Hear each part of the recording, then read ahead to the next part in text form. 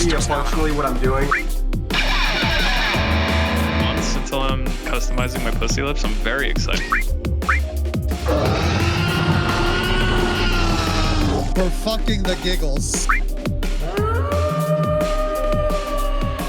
Yo, you ain't getting a candy bar, bitch. I have one round left. Just enough for myself. How you doing? It's Wow, a podcast. Wow. Wow, podcast. Wow, dude. Wow. Very high energy. Let's go, dude. Almost all of us ate just moments before If doing this. this video gets 10 likes, I'm buying a tiger and I'll live stream it during the podcast. Are you buying it or are you just stealing the one from Texas that's loose? I'm going to Texas to steal that tiger. I mean, it only They ever had- find that tiger yet? the tiger was inside you all. I don't think so. God, imagine waking up in the morning. You don't know what's going on. You go take your dog outside. You're still in that half morning daze. You look up and there's a fucking tiger in the middle of a city. Fucking great. I'd be excited. You know the That's a- crazy that's thing a- about it? What? Were you I was gonna gonna say? say, What's the crazy thing about that story about it? is that owning a tiger in Texas is only a misdemeanor. Running from the police is a felony, so he's going to get in more trouble from running from the police than he is for owning the tiger. That makes sense. I mean, it And, is owning an animal. It's a dangerous animal, but it's just it's like a permit type thing. Fuck up, You Fucking dumb incredible. Bitch. Why didn't you keep track of your tiger better? You didn't sign the form for your tiger right here. Where's your tiger license? If you take one step away from me, you're in more trouble than you are for not signing right here. You turn your back and run. It's a felony. Owning that tiger? Here's a fine. A-okay. Pay the fine. What a time to be alive, dude. How bad We is got the tigers fine, I roaming. wonder? If it's not a bad fine, could you just it's my monthly tiger upkeep bill, Yes, I think after paying the fine enough times, they'll probably take the tiger away from you. I don't think they're true. gonna let the fine go on long enough for it to just become a bill that you pay. They'll be like, all right, tiger's gotta go, bud. What's this? The If you can't sign Pretty a 69th fucking- time you've paid the Yeah, fine, I'm I pretty think sure. animal control's coming. If you keep Yeah. doing a misdemeanor habitually, I think they'll upgrade it at some Time to point. take that tiger away there. Yeah, if you can't be bothered to do the paperwork, you're probably not feeding it correctly or housing it correctly or You're very likely not qualified to own a tiger. Yeah, I would assume. Turns out you just aren't allowed to. Feed it a healthy diet of steakums and Mountain Dew. Gamer. It was my gamer cat.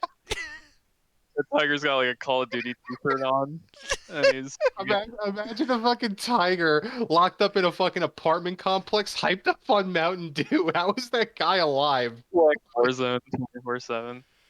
Yeah, this is my Warzone tiger. Yeah. Me and him play Warzone together. Eat it, gamer fuel. I gave him a Monster Energy one time, and none of Took my him quite upholstery made nicely. it. I'm down a couch. I say you take to it quite nicely, if you ask me. What a time, dude. That's the beauty of living where we live in nondescript location that I won't name. Likelihood of waking up and having a tiger on my front lawn is pretty slim. Slim, but not impossible, dude. There was that Jersey lady with the tiger or some shit a few a while ago, but We also Throwing have it down states. mountain lions and shit. I mean It's we don't live naturally in Jersey. occurring. Ooh. All the butt rapists are coming.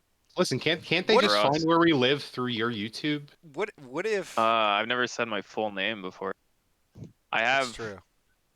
Isn't your full name Yeah. on your YouTube? And you have commented on our videos, and we have commented that you have. See, I wasn't gonna say that. Like y'all Edit just it dig the all hole out. deeper. Anthony, edit it. The possibility exists that that tiger makes it all the way from Texas to here. He could very well be outside. Probably not by tomorrow, but like a month from now. How bad probably would a not, but- tiger fuck up our ecosystem? Not one single tiger, but like a tiger population. Pretty bad. How is he breeding? Yeah, I'd say so. Yeah, pretty bad. Hold on. But yeah, what tiger is it fucking to make other tigers? No, I'm just posing that question. Just imagine our fucking ecosystem with tigers in it. I think we'd be okay. Or bears. We We have a ton of deer. Now, Yeah, the deer we have- population would go down, which is awesome, but Yeah, I think it would balance out. we would Except have no the bears. the downside is that you'd occasionally go outside, there'd be a fucking tiger. Also, yeah, it's a downside. there are no natural predators, I think, in North America to a tiger, minus a grizzly bear, and those are only out in the West. And man, the greatest beast of them all. I guess. But armed men, not children outside. Arm the children. That's All right. a secret. That's a secret. Anyway, We give the children their own tigers. Little Yes, does the weaponized NRA tiger. know. Little does the NRA know this is the line they should be pushing. In order to arm every man, woman, and child, just release tigers into the population. You know what? Honestly, that would be a really good ad campaign. It's like some dude in Texas had a tiger. Does your neighbor have a tiger? Buy a gun. You don't know. you never know. It could be tigers. Maybe this is just a really long gamey plan for the NRA. Soon you'll turn on CNN tomorrow and it'll be like tiger found in Arizona, tiger found in California on someone's front lawn, and it'll just be like every state as every day goes by, and you'll be like, what is going on? Just tigers all over the place. It's the NRA placing tiger agents in every state. Subtly inserting tigers into our homes. See? You need guns. Where'd For these the tigers tigers. come from? It wasn't us. It was the Democrats. Someone's doing the Those tigers. libtards. Liberals are bringing tigers around our Those- houses. Those libtards and their tigers. This is Liberal this is it. felines. This is the conspiracy theory that we now need to push for the ad revenue. I That's bet true, you yeah. not only are they bringing in these tigers, they're allowing them to vote on the See, we were mail-in s- ballots. If we were smart, we'd clickbait the shit out of this. stuff. China. Oh, Chinese tigers. We shipped them over with the bamboo ballots. Oh no. Oh no no no. We got it. We got it on lock, boys. It's literally Podcast title: The Liberal Hoax They Don't Want You to Hear. it's just a picture of a Use with tiger. that clickbaity shit. It's just a picture of a fucking tiger. And I circle it too. Like there's nothing else in the picture but the tiger, and I still circle the tiger. I would both laugh so fucking hard and also start sweating so loudly if you uploaded this podcast and you called it like the way the liberals stole the election, and then you put like a thumbnail involving tigers and ballots, and I just like I see it in my fucking sub feed and it has like 5,000 views. That'd be so good. Though. Over like all of our other Dude. podcasts, I would just start shitting my pants on the spot, and then I'd click it whilst shaking a little bit just to see what the Read dislike the ratio is. comments. Yeah, and read the comments. For those of us joining us because of the clickbaity title that I definitely used for this video, You welcome. really should. Fuck it, I don't care. You really should. You really We should. talk about video games. yeah, we're a video game. They have to sit Oh. through like 10 minutes of other bullshit of us talking about tigers before they even get to the fucking liberal plot involving tigers. Yeah, that's true. We just started to talk about the news. I could edit it around. I'll figure it out. No, it's fine. Make them sit through the bullshit. They gotta work to get to that liberal fucking plot that we've exposed. I like it Damn. as our opener, though. You know, it's our opening. non-serious thing, which we're starting to Oh, do this is more and deadly more. serious. Oh, Well, yeah, it's what are you talking true. about? This is extremely They're That's right. bringing these goddamn tigers. We're fucking libtards. defenseless. There were no tigers running the streets when Trump was president. None. Not a one. Just saying. Fucking Elon Musk. Chinese bamboo tigers. Oh man. Smuggling them through Pizza Huts. Oh, that was good. All the money. I bet you Hillary Clinton's involved The in that damn somewhere. Clinton Foundation. The tiger in a Pizza Hut parking lot holding a bamboo ballot. That's Hillary the thumbnail. Clinton is in That's the window the of the fucking Pizza thumbnail. Hut. Oh Hillary my Clinton's god. in the back in like the window of the Pizza Hut, just like peering out. It's like the delete this face, but just like shining through the window of the Pizza Hut. What I'm gonna do is I'm going to not talk about it, but because that makes no sense for the people who have clicked on this and have seen it. But I have an idea and it's gonna be good. Okay, All right. I'm sweating. So look, the algorithm buries our videos anyway. It's not gonna suddenly spring up for the No, this is it, dude. This is how we get the This is our views. breakthrough video. Yeah, it's Is the one this- I don't want to be our breakthrough video, but it's gonna be. So far, well, I mean, we may already have that clientele, because so far the only other video that got a lot of views was the one I'm talking about buying armor, so Do you think that's why, or is Maybe. it something else in the podcast? that or they like the original Mortal Kombat movie. I mean, who knows? Who knows? Who fucking knows? Speaking of, you want to go to weeks, gentlemen? Sure, Sure, dude. I'll start. I could go. Okay, never mind Oh, then. no, dude, you broke up. I didn't hear you. If you want to go, go. No, you go. I always go Yeah, go, you first. You stole it. go. I stole it. Yep, you stole it. Just like the libs stole the election, you fucking stole the week. Go, dude. All right, my week. It's kind of quick. I only have one hot review I got to give. Basically, as for video gaming, I did the same shit I always do, and it's boring. My big highlight this week, I finally watched the Dota anime. Oh, Yeah. what'd you think? And I have to. Oh, and I started Invincible, and I'm only on episode 3, but it's pretty good. I'm enjoying it. Yeah, I like Invincible a lot. It's honestly fucking hilarious. Yeah, it's very, very funny. Oh, I enjoyed it very Um, much. it's very hilarious, which masks kind of the seriousness of it sometimes, and I think it's a good combo. Yeah, that's kind of Very like good how I combo. was talking about when I started watching it, where it's like it kind of bounces between moods, but like it doesn't feel like awkward. Because you know when something like tries to break up a serious moment with like comedy and like it just falls flat and you're like, oh, why Yeah, did they do yeah. that? But I never feel that with Invincible. It's like No, I haven't gotten that either, and yeah, I'm enjoying it. But the Dota anime, I really enjoyed the Dota anime, and Wow, really enjoyed it? I really enjoyed it. 2 Like thumbs up. capital R? Oh. Damn, dude.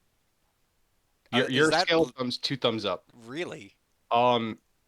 The reason I give it 2 thumbs up, I'm Two not thumbs gonna up go is an in- extreme review. There was nothing in it to make one of those like a whore thumb. It was like damn near perfect in your eyes. All right, so in my eyes, it's 2 thumbs up, but I like anime. I feel like liking anime is maybe a requirement for it to be 2 Ah. thumbs up. Is that your way of saying that when I watch it, I'm gonna give like a thumb up and a whore thumb? Is that what you're saying? Probably because like it Okay. has like anime elements to it that if you don't like anime, you'll probably roll your eyes at, or you'll be like, "Well, that's weird." Like, without spoilers, like I don't know, like some of the comedy and quirkiness is very anime. I don't know how else to explain that. Okay. They make this is sort of spoilery, but not spoilery at the same time, and I don't feel like it's gonna ruin anything for you if you knew this. But like they kind of make Dragon Knight a shonen character. Okay. Like you know what I mean, right? Like they give him like Yeah, various power leveled forms. yeah. Oh boy. Well, I Um, assume okay, but like I assume at some point in this anime, and you don't have to confirm or deny this, but I feel like it's just kind of easily predictable that this is the case. That at some point he has to become like the literal Dragon Knight that we know him to be. So are you just saying he's a shonen character in the sense that like once he hits that, he's like a completely different dude? no, because we. All right, so I guess spoiler alert. I mean, there's a season 2. He's not the Dragon Knight we know yet. Wow. Okay. Yeah. That's shocking. Um, I watched it actually with Rob, and I know Rob doesn't have a super amount of Dota knowledge, but He should yeah, and he could, but he Nope, there's doesn't. not really a lot of Dota. No, I Not mean a like but lot. you should play it. Yeah, that's what I'm saying. No, no, that's yeah, different. but that was one of the things I said to him is just like there's like Davian is not the Dragon Knight in game yet, which means we have to get to that point still. And I mean, it's interesting. Who knows? That's really interesting. I assumed I don't know. I guess I just assumed he would hit that at some point. But he's got other things to kind of happen which are not referenced at a lot of shit is not referenced in the game. Oh God, I gotta watch this fucking bullshit, dude. I told Dude, myself when you dude. were like Yeah. when you told me you watched it like earlier this week, I was like I should watch this so that I can have a conversation with him about it on Wednesday, and then I just didn't do it because I did a bunch of other shit. But I really should just so I can talk to you about it. I need to know. There's one way It's to. like it's like all made up. It's all new. Like and honestly, I think it's kind of badass. Like Invoker in this, like What do you mean it's made up and it's new? Because there wasn't a lot in the first place. Are you saying that like the lore blurbs that were there got like retconned to some extent? not retconned, but like there's just more. Like Okay. Fleshed so like out. with Invoker, and I'm not gonna go into spoilers, I'll keep it as spoiler free as possible. Invoker's like lore blurb in Dota is like he just was this really knowledgeable elf that knew the most spells, and then Yeah. he used those spells to like live forever and shit. Yeah. They Invoker's don't lore even is very really light. yeah, they don't really touch on that in this anime, but you can and maybe you have to play Dota and know that for you to understand it, but you kind of don't in order to get like entertained from this. Like that could still be there. You play the game, you know that. And then they go on this completely different storyline with him that's not referenced at all in the game. And you think that would like be like weird and everything, but because it's such a lore light game, it's cool. It's cool to see where they're going because it's canonical in my eyes at least, or at least it can be just because Dota's like a multiverse or some shit. But I really enjoyed it. I think it was Dota's like kind of a multiverse. It's very yeah. strange. Though who knows if they're gonna fuck with that No, they in the reference anime, but they because reference it. because as I understood, and without spoiling me on how they reference it in the anime, but from what I understand about Dota, it's a multiverse in the sense that there's like they reference it with some of the arcanas, like the Earthshaker Arcana and shit, where it's not so much a multiverse in the traditional sense, so much as it's like infinite universe where there was like a different planet where Dota 1 took place, and it was like all the heroes of Dota 1 were there, and like that one got bodied. And then like that's what like Outworld Devourer references in some of his voice lines and shit. And like they tied Earthshaker's Arcana to that. Are you saying that they referenced that, or are they doing something like totally different? No, I think different than that, but I'd have to watch it again. Okay. From what I understand, that's what I remember. Like I think that's what the lore implications were before this, is that it was like a different planet kind of thing. Very, very space oriented. Yeah, but like there's just like more like, and the cool thing is like knowing the light bit of lore. Like again, it doesn't necessarily contradict. It just adds like spoiler alert, Terrorblade is in this. What? Yeah. Oh, my You ears. spoiled me. It's really not a spoiler. It's like literally he's right there, right from You the spoils me. like fucking second one they say his name. I've been spoils. Wow, dude. We got a live reaction though. That was fun. Yeah, my fucking ears. Sorry, bro. Turn me down. But but he's in it and his lore is just marauder demon that escaped prison. He has a completely like different set of goals in this anime that doesn't necessarily reference that lore, but that lore can still be there and it fits perfectly fine. Well, okay, that's like different though, right? Because they're not like all the lore blurbs in Dota are just backstory, like brief tidbits of backstory, and what you're saying is like a more recent like all that backstory can still exist. They're just making him do stuff. Yeah. It's You literally know? And just they do fleshing that I out. think Right, with they're like writing a all plot of the line for him. characters. Yeah. Um the only like hard retcon that I noticed. Oh, I'm excited. Well, it's not even that crazy. I think I even told you this is Dragon Knight's origin. Literally it happens the way it's like written, except in Dota it says Slyrak, the Eldworm that he goes to kill, is like old and feeble, and he goes to mercy kill him, and then he gets like got so they could Uh-huh. fuse souls. That's not how it happens in this one.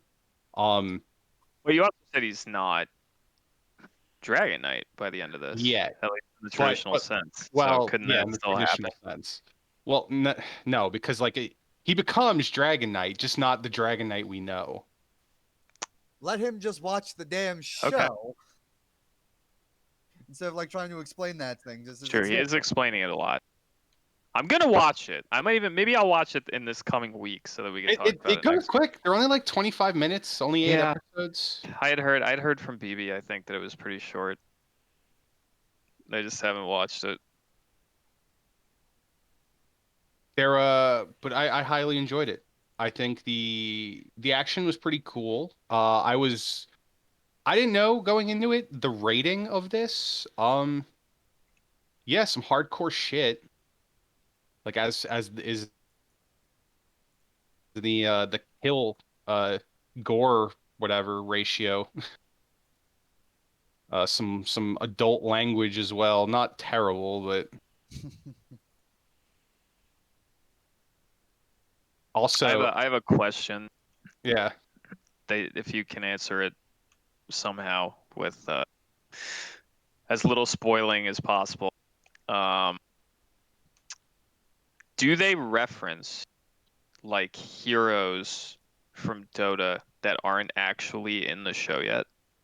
That Like, are there aren't in the sly, show? like, are there sly little nods to other heroes where like someone references a name or mentions like a hero that's not there yet but might be in the future? Like, do they do that kind of shit, or do they I reference like items from the game, or do any of that little crap that would make someone who plays it like, oh, cool? Like, does someone just walk on screen and go, you know, when I was like sucking off Wind Ranger or whatever, you know what I mean?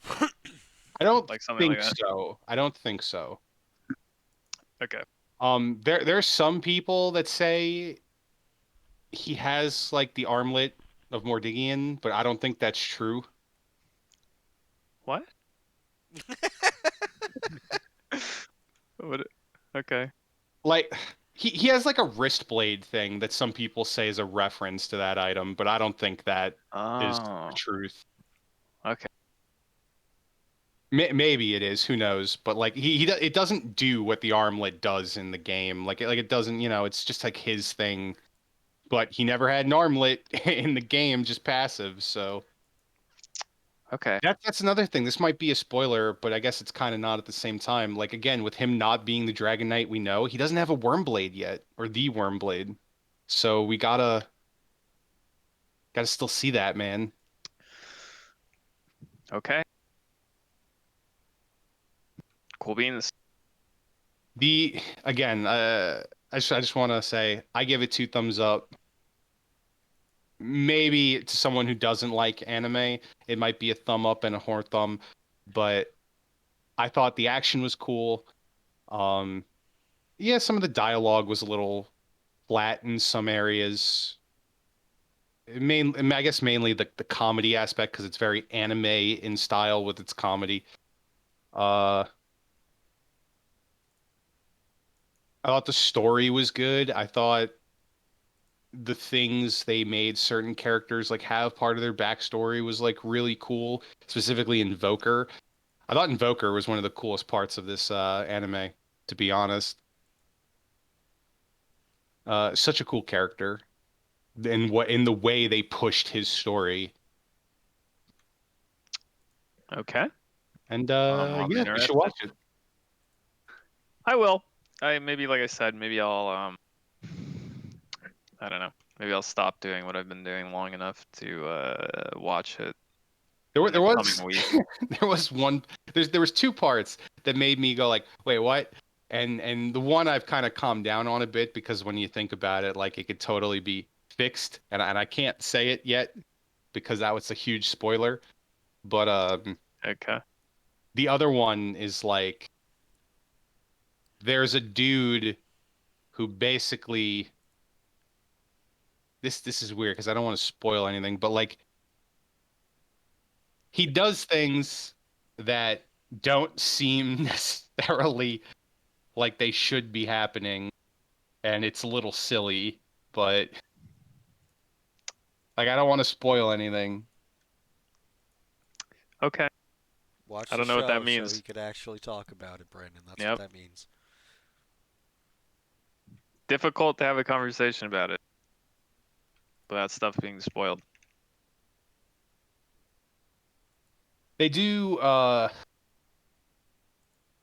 again, I don't think this is a spoiler. So like they reference the whole Radiant and Dire situation, but that's not the main point of the show. And I think the references to it are cool. Um, and one scene in particular, they show a bit more of like that power in the world, and it was just cool how they portrayed it. Okay. Highly recommend. Maybe we Okay. can have a spoiler review when you watch it and you can put your thoughts. I would like to do that. I kind of wanted to watch it this week, like I said, but I just couldn't find the time to do so. So maybe this week, I don't know. And I'm very excited for season 2. Have they said when that's coming out, or did they just say we're making it? I don't think they've said when it's coming out yet. I I personally don't think you're going to like the like shonen-esque character progression of Dragon Knight. We'll see, dude, won't we? It's gonna be an interesting watch for I me. I'll tell you honestly what. think you'll hate it, but the other parts I think you'll like, and it will hopefully make up for that. Because I guess the 2 people who listen to our podcast don't know this um, about me, but like I don't watch anime. I've had a very difficult time ever like getting into anime or finding it interesting, but I need to watch this because it's Dota oriented and I need to know if it's good or not. So I think it'll be cool, bless you, to see what my opinion is by the end of a watch. It's a very unique situation, I'll tell you what. You disgust me. Sorry, what? I said you disgust me. Why? Because just, Go watch your robot anime, weeb. I do like robot anime. But what I'm saying is, Fucking weeb. regardless of that, is if you don't like you don't feel obligated to watch it just because it relates to a thing. No, I gotta watch it. It doesn't have to be good. No, you don't And understand. there's an anime that's good, You don't understand. Well, regardless I don't know of if this is related good to. or not yet. This one could be good too. All right. You're saying that like it's confirmed bad, but I'm only watching it If you because it's like Dota. it, I'm gonna strap you to a chair and make you watch Berserk. That's I don't know if I want to watch that though. you do. I don't If you know. like this, I'm guessing. I don't know, think dude. that's accurate. I've heard some things about Berserk. I don't know, dude. Berserk is awesome. I don't know, man. You know what's one anime I would watch? Mm. It's like the only anime I've ever seen, like from the outside looking in, where I'm like, I would be willing to give that a try. Naruto.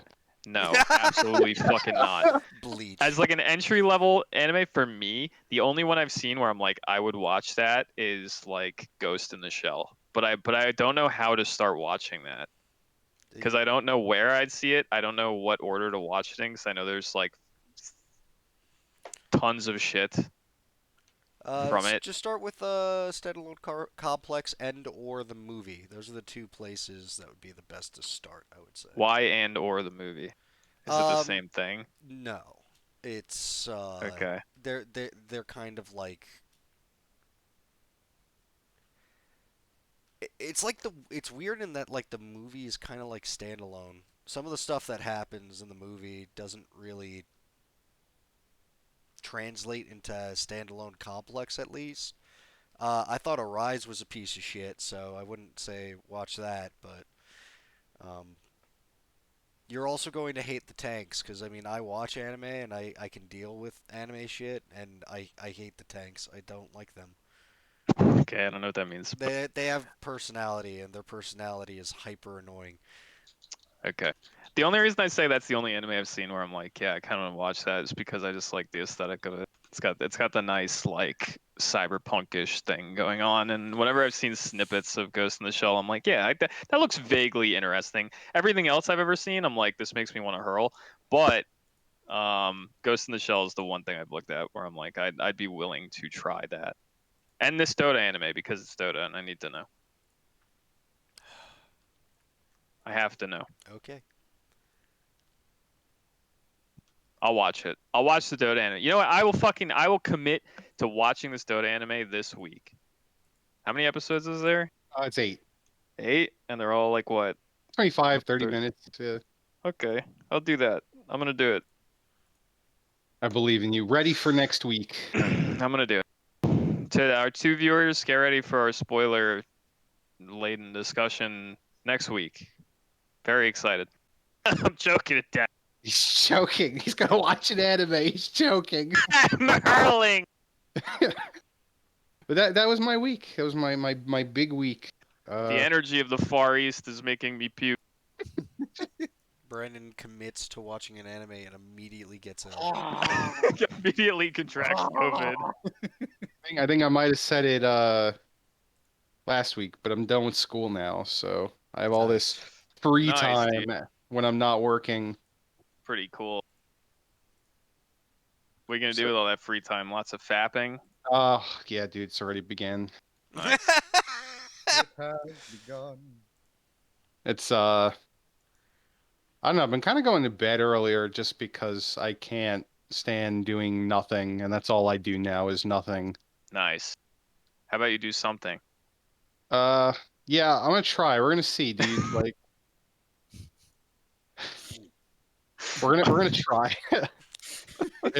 What is this conversation? How about you do something? I'm gonna try. I I'm got try like, doing something. like I don't know. weirdly like concerning out of nowhere.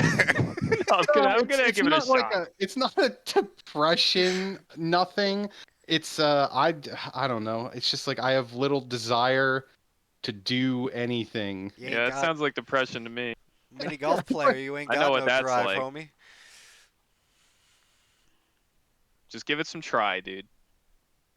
Give it a hard try. Pick up a new hobby. Put it back down. Yeah, a new hobby. Buy But, that Learn an shotgun. instrument. Learn the flute. There you go. I always said if I was to learn an instrument, I'd learn the saxophone. Really? Are you being serious? 100%. Yeah. Are you sure? I prefer You sure heard you you wouldn't- say that. You sure you wouldn't learn the flute just to meme it For up as John the Malkovich Malkovich more. meme? Yeah. Bro, fucking buy a sax, dude. Buy a sax and a flute. I mean, I Yeah, they're imagine like a little those. I expensive. imagine No, those I bet you can get a skills. cheap Get sax. get an entry level. You may hate it, you know. It's not gonna be a good sax, but you can get an entry level sax. They exist. And then if you like it, that's when you get the good one. It's like buying like a entry level guitar. They tend to be trash, but you know, you don't want to spend like fucking $700 when you don't know what you're doing, or if you're gonna like it.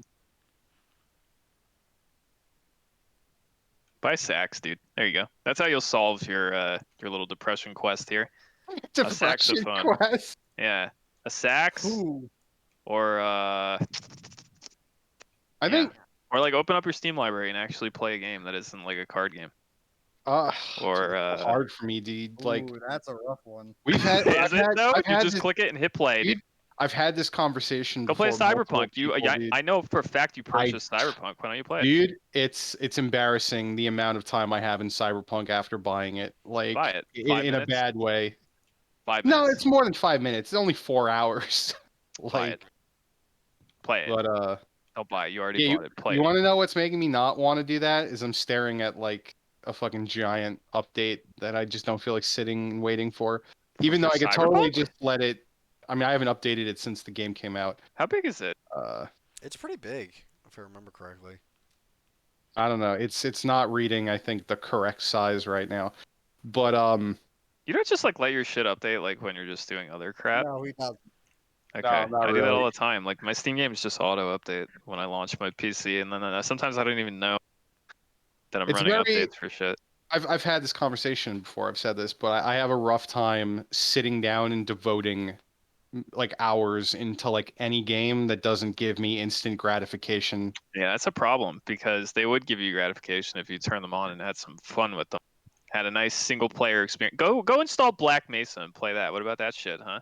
I know for a fact you have that because I'm the one that got it for you. Yes, I do have that. I Play have that. so many games in my Steam library, dude. Play that. I have 319 and like Play it. Play some Monster Hunter. What about Monster Hunter? I know you have Monster Hunter. Why don't you play that? well, you Huh? know. Monster Hunter is fun. It's a lot of fun. Play Yeah, some more Bannerlord. How about that? yeah. Yeah, that's true. I could. Yeah. How about that? Look at all these things you can do that I'm naming. The problem is doing them, Brandon. Yeah, it's like, very easy. it's Play some not. play some pecs. Play some pecs, dude. It's like a psychological thing, dude. Or don't do any of that and get a sax. I get like last night for like the first time in actually a long time. I was like, all right, I'm gonna sit down and play some like Total War, because that's my game. I always play that, and I literally devoted maybe like 30 minutes before I just was tired and went to bed. Okay. Now is that because you chose to play a game that you already have like 1,000 hours in and you're just sick of it? And maybe if you tried something else, you'd get like invested and involved. I don't If know. you got See, now interested in something else. I'm in a predicament, dude, because like I'm really excited in the next few days because we're getting the Mass Effect like fucking Legendary Edition or Yes, whatever. that's true. I have And I not want- pre-ordered That's that not the, 'cause- that's not I mean, the I haven't kind of pre-ordered it game. either. If you're talking about attention spans, full-length RPG. yeah, maybe playing no. through the No, entire that's Mass I know. you there. Trust me, I know, but like I'm hyped for that because like I really liked Mass Effect and I want to play through it. I know as soon as I buy it and install it, I'm gonna put a few hours into it. I'm gonna fucking drop it, and it's Yeah. like I hate it, dude. You I could fucking just hate it. I don't not. know what happened to me along the way, dude.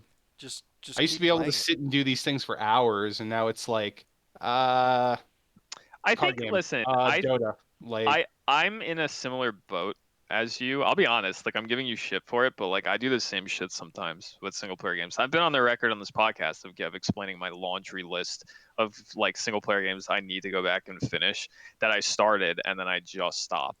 Like Cyberpunk is on that list for me too. But I put more time into it than you. But still, like I didn't finish it. But when I like turn it on and I devote to it, I can fucking do it because I get invested, you know, and I want to like experience the next thing around the corner in the game if I give myself to it. And I think you'd feel that too. You just have to fucking turn something on and give it a shot. That's my biggest first step is actually hitting the fucking play button on it and being like, all right, I'm gonna sit down and I'm gonna play this game. Once I start playing it, I'm in. But like getting to that point is difficult for me. It's just like an attention thing, dude. Like I don't know. Like I sit here, I play, and then I just get mad tired. Also, Like by the I don't way, even know how to explain it. here's a nice student level alto sax for you. $1,355. Very Nice, inexpensive. nice. You know, maybe I'll Yes. just go steal one. Yeah, you could do that. Oh, here you go. Best cheap alto sax. Check price on Amazon. Oh, that's not bad. $229 for a sax and like all the fucking trimmings. Yeah, You it's get a not terrible. bag for it. You get a tuner. Wow, dude. It's probably a poo sax, but it's very highly rated. It's probably made entirely of lead. Yeah, it kills you slowly Slowly. as you practice. It's both a sax and a suicide device. The Wow, it's suicides. a win-win. Wow. Wow. I could make a When it comes to sousaphone joke. you could get it. Oh my god. You can get it in purple, a big purple sax. No, I don't know how I you know feel what? about that one. Hold on. Look at that Hold beautiful on. purple sax, dude. No. If you're playing an instrument, sax is cool. You gotta go get a theremin. I want to see you playing a theremin. I would stick with a sax. Oh, actually, For the way you sanity. described it was like I thought it was gonna be purple, but like the purple and gold, man, that's my pimp Yeah, sax, man. yeah, dude, it's a pimp sax. Get a pimp sax. Purple lacquer. Yeah, I'm really afraid of like, cause I'm a really big dude. I need an also big sax to match. Like I can't have no little baby sax, you know? No, you're good, dude. Well, would that change it? Because I know it's like Yeah, I think it does, 100%. different tones. No, be a tiny sax, big man, little sax, and that's through, your band. That's for free. Go through the reviews and see if anyone's like, my gigantic mutant freak hands can't play this sax. Send help. 0 out of 5. If you do get it, make sure to get that like sexy sax man outfit. Oh, The 100%. sunglasses. Dude, I'm gonna freaking Bill Clinton it up. Hell yeah. All right, I'm ready to hear about your sax practice in the coming weeks Coming weeks. on the Listen, podcast. I'm not saying I'm doing that. Probably not doing that. Oh, but no, if you're I gonna do it. did, that would be like a Christmas / next time, like next year project when I Time to actually play the have money sax, baby. to drop on that. Hey, if you learn the sax, you want to be the world's first metal band that has a sax player in it? No, I there's doubt gotta. that Let's Now, do that. now I'm much. YouTubing that shit. Yeah, it probably exists, but You can make your own clown core. I'll do that though. Metal saxophone. Sounded like you said saxophone. Oh, that's what I would play. But That's what I already played. yeah, it definitely exists. But Come listen to my saxophone. I've been devoting a lot of time into also like reading and like learning Age of Sigmar, which I know is so exciting for you. Oh yes, it's very exciting. It's extremely exciting. But My dick is so hard right now because you I said mean, Age you of know, Sigmar. I mean, I like it, dude. And your boys are getting an update in like next week. I mean, that's cool. You say my boys like I'm invested in this game in any Yeah. way, shape, or form, But or have a boys that I care about. well, you like the Vamps. Yeah, I mean, I don't know. I don't dislike the Vamps. I just don't really care for those games all that much. Enough to look at the models and be like, "Wow, dude, very exciting." I'm not It gonna is buy these. cool. Oh yeah, but it is cool to see that models are getting the updates when like we used to look at them and be like, yeah, you know, those are cool and they need updates and Yeah, it took them like how many years to make new Blood Knights that they're probably still gonna Yeah. charge a fucking arm and a leg for anyway. I don't think so. Well, I'm assuming they won't be $100 for 5 models like they No, used to it's be. But I think the prices did get leaked. I want to say they're billed like $60. Yeah, I mean, it's better. It's still insane when you think about it, but it's better. Yeah, I'm never. I don't think I could ever get into a game like No, that again. never again. I've already made that very clear. Well, that's Games Workshop's never gonna get any of my fucking money ever again, as long as I live. For anything. it's 39 pounds. So what is that in dollars? Like $70? Sure. I don't know. I don't got the conversion rate in my head. It is. No, it's $55. 54. Yeah. Yeah, $54. Isn't terrible. You hear what you're saying? That's the sound of a man who's been fully indoctrinated into the Games Workshop pricing scheme, as we all were at one point in time. To think that At one point. $54 is okay for Look, 5 it's little not dudes. okay, but it's like I don't know. Relative to everything else they offer, it's like, wow, dude, what a steal. But then you think about it more than not at all, and you're like, that's fucking crazy. It's money when you think of it that way, but like when you think of it as like a luxury hobby, I don't know, dude. It's whatever. When you think of it as a luxury hobby. What a what a duo of words. Games Workshop here's luxury in front of hobby, and they're like, yes, keep Say it. thinking like that. Hang Give us on, all your hang on. money. We need to sponsor this man. Yes, a luxury hobby. I'm not saying the pricing is good. I am saying though that if you're into the hobby, you like the game or you like the models, you don't need to buy them, so they could charge and it's whatever.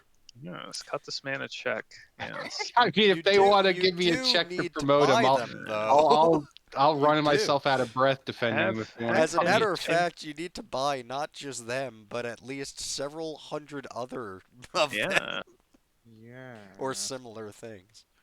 It's even worse than that. Not only must you buy them, you have to buy all this other shit just to play the game. Yes. Yes. And depending on where you go, they won't want you to proxy, so you have to spend all this money. Buy the Yeah. book, and Yes. then buy the book for the book, and then also buy the paint. Yes. Do you have dice, big boy? Yes. We You'll be have shamed dice. out of a hobby Luxury. store if your models aren't painted. Yes. It's luxury. You're not a real nerd. For this luxury hobby, yeah. You need to get Oh, why wait, why is didn't it- we all turn into Jeff Goldblum? When did Yeah. that happen? Yeah, And What was that is, invest $1,000 to move your painted men across the table and pretend they're going pew pew at each other. Is Yeah. that a lack of terrain I noticed that you have right Wow. there? No, that's not professional terrain. That's Dick Hill, I see. Can I interest you in this Games Workshop brand terrain? Only $50 for one building? Don't you dare play on the floor. Here's a table. Yes. Don't you like it? It's very nice. Right. Yeah. Now you need a Yes. case to carry all your stuff, otherwise it will break and you'll have to buy it again. Yeah. Luxury such foam, thing. pre-cut. Yes. The case is so inexpensive. Yes. It's a Mm. few $100s for this large case. Yeah. A few extra Yeah. hundred for the foam. Yes. No big deal. You'll be needing a Yes. new car to hold all of this stuff. Games Workshop car. Yeah. Listen, Only again, if I can- I'm not justifying the prices, but I am Only just if I saying can get like it in red and make it go faster. Dude, if they Kids. actually sold like war wagons, I would be very tempted. Kids, if you're listening to this and you are a youngin and you're sitting there and you're like, man, this cool little army dude hobby looks real fun. Don't do it. Take it from me, children. Don't Look do it. away. Look away. Go Get- somewhere else. Get gotcha games instead. Yeah, seriously, dead ass. Go spend money on Genshin Impact or some shit. It's better than fucking 40K or Age of Sigmar or anything. Just don't make the mistake you we really, did. Read you the really lore, can't say it's maybe better than gotcha mobile games. buy You some- really, it's you're not, really but saying that. Go buy some normal video games. They'll give you way more pleasure, and you won't hate yourself get some for spending V-Bucks. all this money on dumb shit. Like we did. We all made the mistake, so you don't have to. There we go. And the game was better when we made that mistake. Yeah, and it was better. Well, I mean, I don't know what 40K is like now. Apparently, it's okay, supposedly, but Yeah. I really don't still. understand the hate. The hate? The hate is that I woke up to justice, Richie. I, I, I woke up to the absurdity of the pricing of their models, and I realized how fucking stupid it is. No, yeah, that was like even when I switched back to like getting Gundam model kits and stuff, and I was like, oh, this thing is like 12 inches tall, and it was $50. Like this was less than a small army of men, and it's just as customizable. It's already pre-painted, comes with decals and stickers and shit. That's like the real problem, right? The game itself is kind of fun for what it is. I think it's a little. It's always had balance issues, and that's like another story. But like, it's fun if you don't take it too seriously. But like, the pricing is just absurd, and I can't in good faith recommend that shit to anybody. It's so fucking absurd. Get into if you're gonna do it, get something like Infinity, where like the number of models that you need can be counted on one or two hands. Yeah, and even with Infinity, if you really want to think about it, like those things are still pretty overcosted. Oh yeah, But the beauty of it is that you need less to yes. play a game. And people tend to be a little less crazy in terms of like proxy and like not allowing it in Infinity. I mean, everyone's got their crack. Like, I would never, and I mean actually never, recommend everyone buy the amount of D&D books I have bought and I own. See, that's different though. I disagree because the beauty of, and this is why I always uh uh what's the word I'm looking for? Spoke not ill, but spoke very positively of stuff like the Fantasy Flight game, like 40K RPGs and shit, because you get so much more value out of that.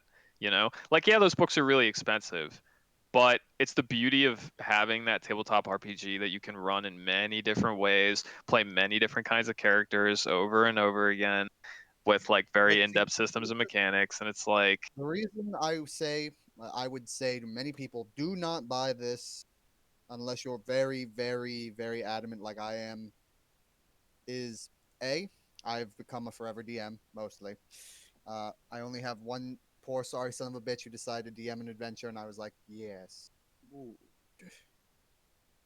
Yes, you want to DM. And because most of that shit is free online for you. You can get most of the shit you would ever need to run a D&D campaign, all the information to you online for free. yeah, but having the book is nice. It is nice. I'm not gonna say it's not. Like I understand wanting to have books because I liked having books for the 40K games, but that was also not like readily available information unless you could find like a PDF that you could totally legally download of those books. Totally legal. Um, And I'm not even talking about visiting the high seas. Most D&D shit, you can go to just a Reddit page yeah, and you can find 90% of the freaking main book which is for just because people are talking which is about it. why I brought that up because I know you're talking about something very different. Yes. But yeah, I would still recommend RPG books to people over 40K models and shit like any day of the week because there's just so much more value, in my opinion. This is what I recommend. If you like it, if you enjoy it, and you're able and willing, what the fuck's it matter? Yeah, if you're Bill Yeah, that Gates too. and you have like so much fucking disposable money that you can just buy like 27,000 40K models and you don't give a fuck, then sure, go for it. Oh, Like, here's if you're another willing to pro play Oh, the like, game. why do you got to go that hard with it? Well, yeah. I'm just saying it's like a ripoff. That's all Well, I'm hold saying. on, hold on. There's also buying secondhand.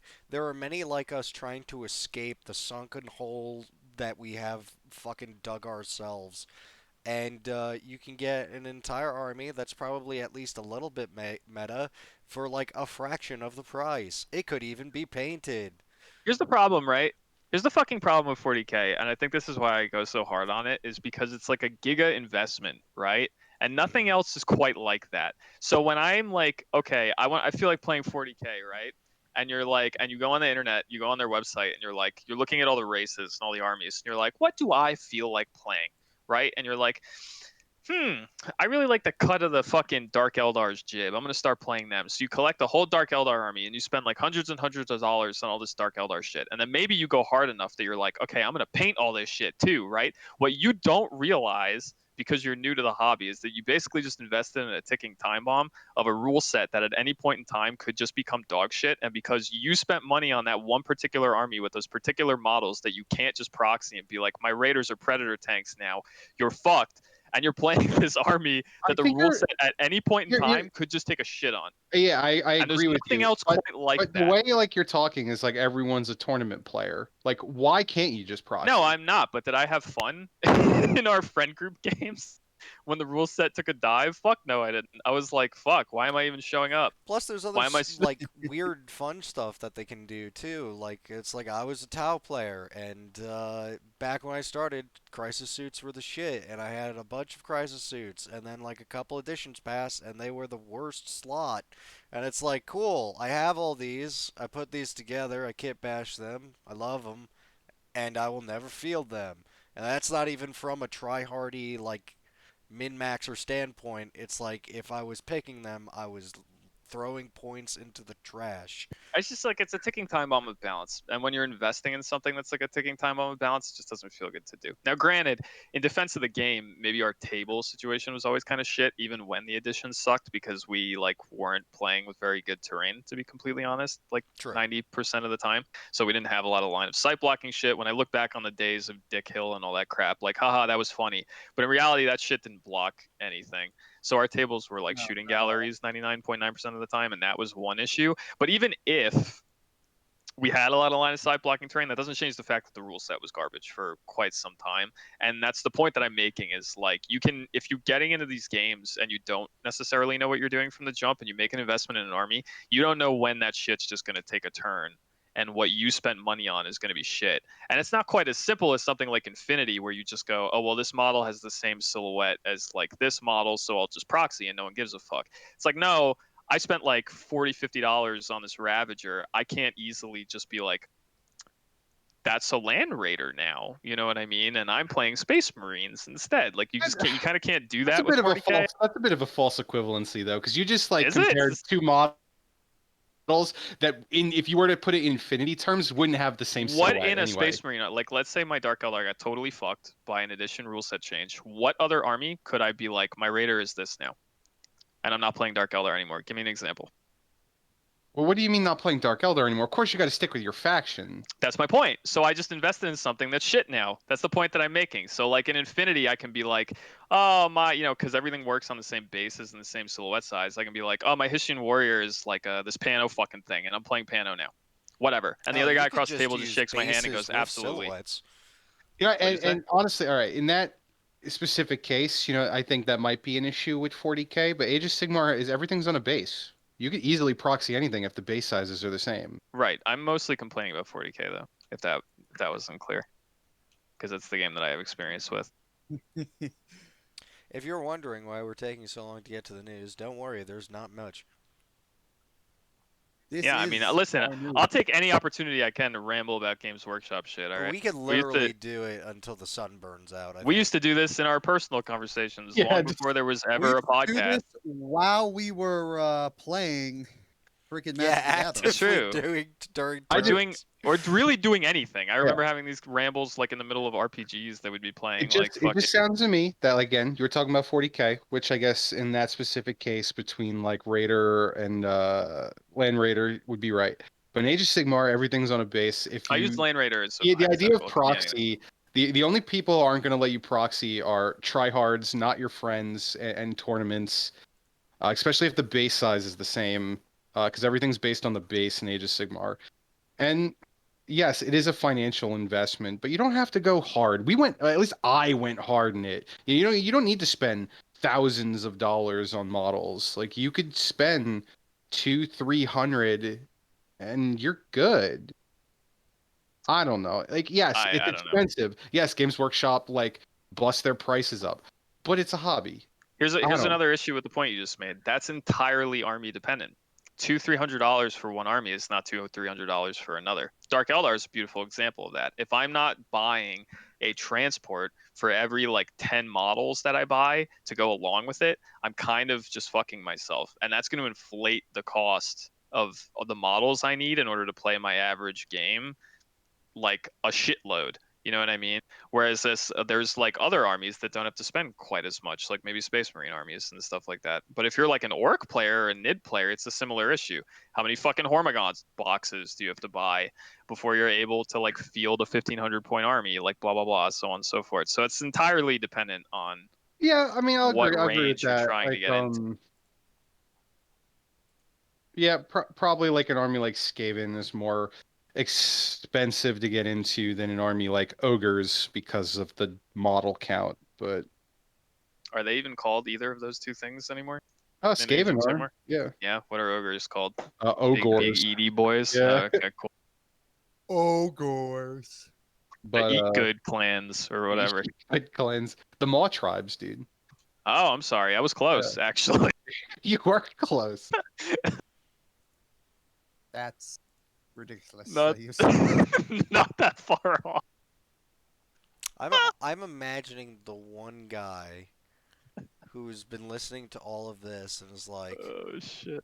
all right, they got to be getting to the liberal conspiracy soon, right? Like, No, we already did. We already did. yeah, That but was that wasn't good earlier enough on. We for. mentioned it. I wouldn't move it around. I would keep it as natural as possible. Oh Yeah. yeah, leave it the way it was. It's fine. We already talked about it. They have to sit. They now, they got their libtard conspiracy. Now they're hearing us talk about Games Workshop.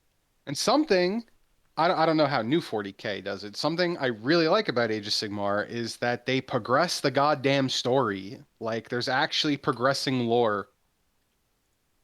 Well, it's just a plus and a minus depending on who you are.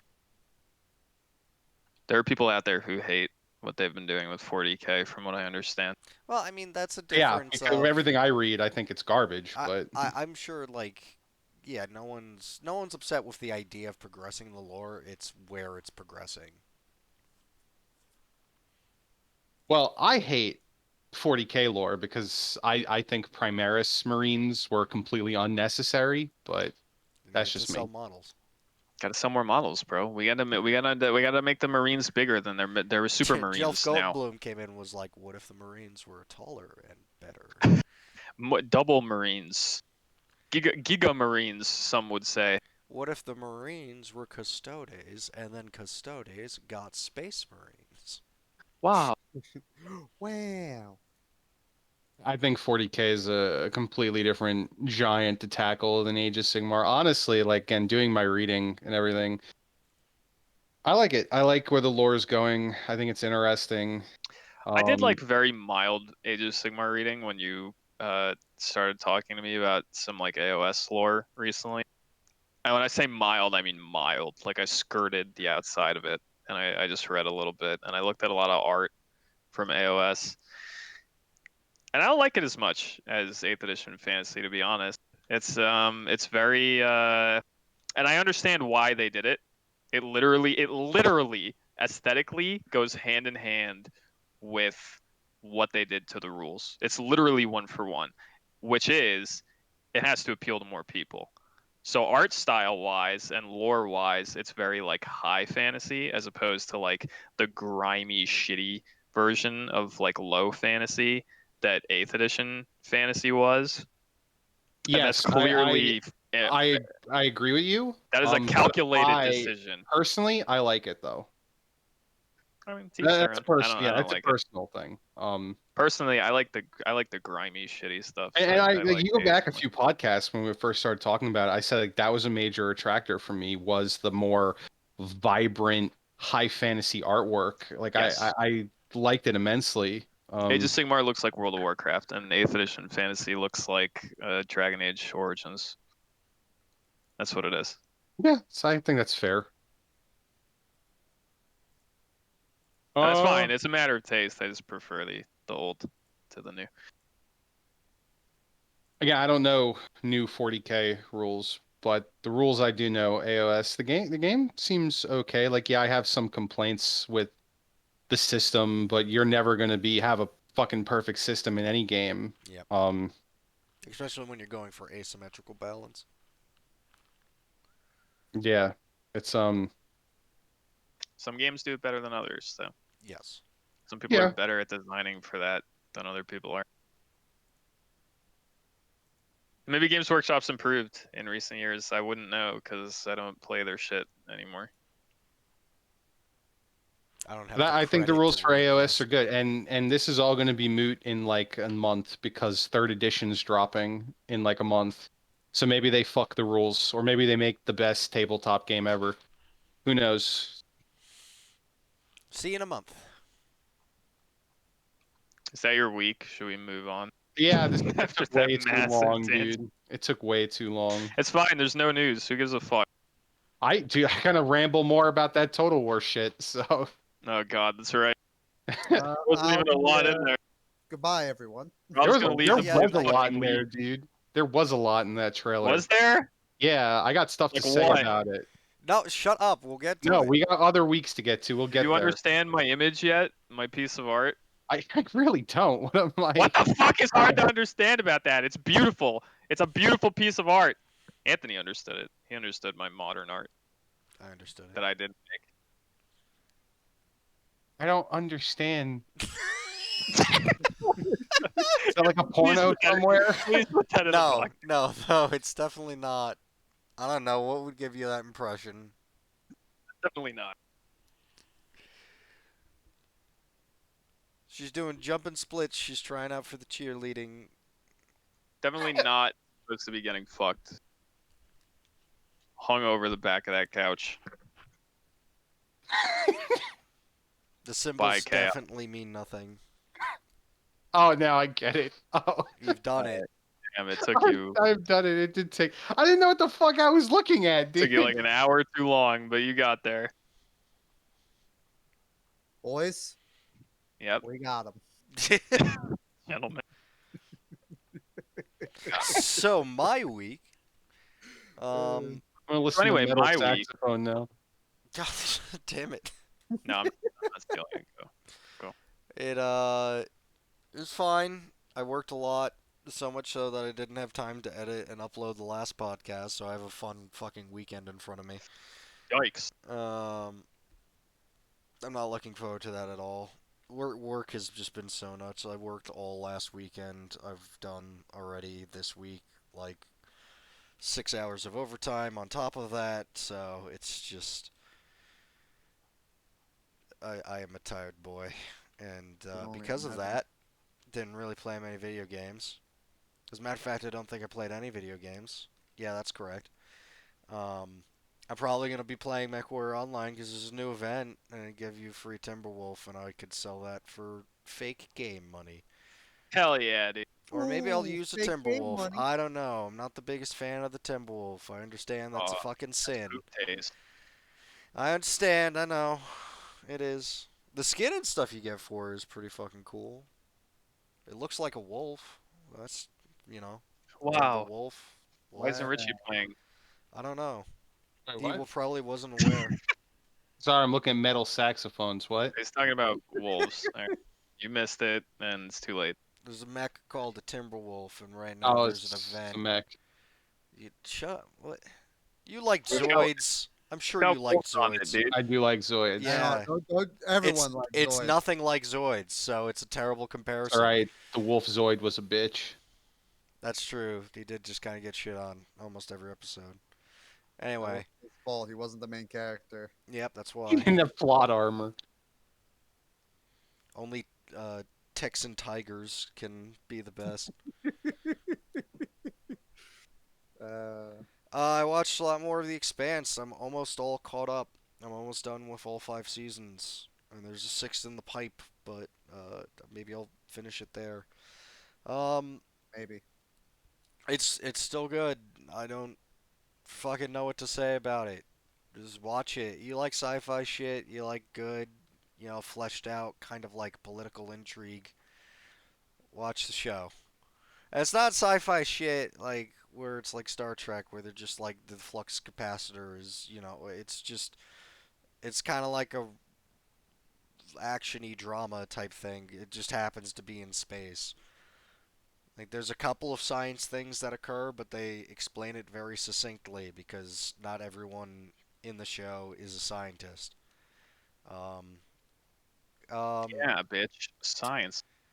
my my rig came in so I'm ready to become Armored Boy. Very exciting. I have to assemble it though, which is gay because they should have assembled it. Wow. What a descriptor. Yeah, they like they half assembled it. It's weird. Like they have the rig and the plates attached to it, but I also bought a bunch of other stuff that like works with that, and but they just didn't put it on. So I have to put that on, and then I'll send you boys pictures of me larping like a military man. And that's my week. That's it. Cool. I'm Me very or you? tired. I'll go. Oh, I yeah, didn't you really do much anything in video games because I'm preparing for my trip that I'm leaving for this Saturday. Fuck yeah, you are. Oh yeah, it's this Saturday. Yeah, I'm Nice. leaving to go across the country for a bit. Oh yeah. Someone's gonna come back to the podcast and have something cool to talk about his cool trip. Hopefully, a bunch of cool things. Get excited. Ah, watch out for that tiger, Rob. Yeah, good point. Be in Texas. I will let all of you know if I am maimed by a tiger. This is Fucking actually thing's gonna cross the road in front of you. this is Rob's going to find that tiger. That's really what this trip's about. Yeah, on the flip side, that's the ultimate souvenir. I just come back. It's just right there on the podcast, a picture of a fucking tiger. This has crossed my mind recently. A little bit of a tangent. Do you think a man can choke out a mountain lion? Yeah, of No, course. Can a man choke out a mountain lion? Yeah. Like it would have to be Well- like a rear naked choke kind of Yeah, deal. like if I get on a mountain lion's back and with my like arm literally around its throat, you think I could just choke it out? I think it would take. Okay, I think this is first of all, thank you for posing this question. It's way more interesting than any. This is like a Joe Rogan type Yeah, fucking It really is, and I love you for bringing it up. So here's my in my mind. This is how that plays out. You're a man. You're behind it. You got your arm around the neck, right? First of all, them necks is thick, right? They I do think have some you gotta thick be necks. you got to be a pretty big boy. You got to be like Dwayne the Rock Johnson or something to actually have enough Do you force. really- do you really think? I do, and here's why. Because you have to hold your arm around that thing's neck the entire time it's clawing at you to get you off. Because that fucking thing is not gonna like if you don't think it's gonna be using its front legs to like rip your fucking forearm apart while you're trying to choke it out, you're probably not thinking about it all that well. I think that thing's gonna fuck your whole shit up the longer you hold your arm around its neck. Yeah, because they're actually pretty. Now that I'm thinking about it, they're actually pretty bendy with the paws. Like they could probably like reach their own sides. They may be able to like nick you in the torso, even if they don't go Absolutely through think, your yeah. arms.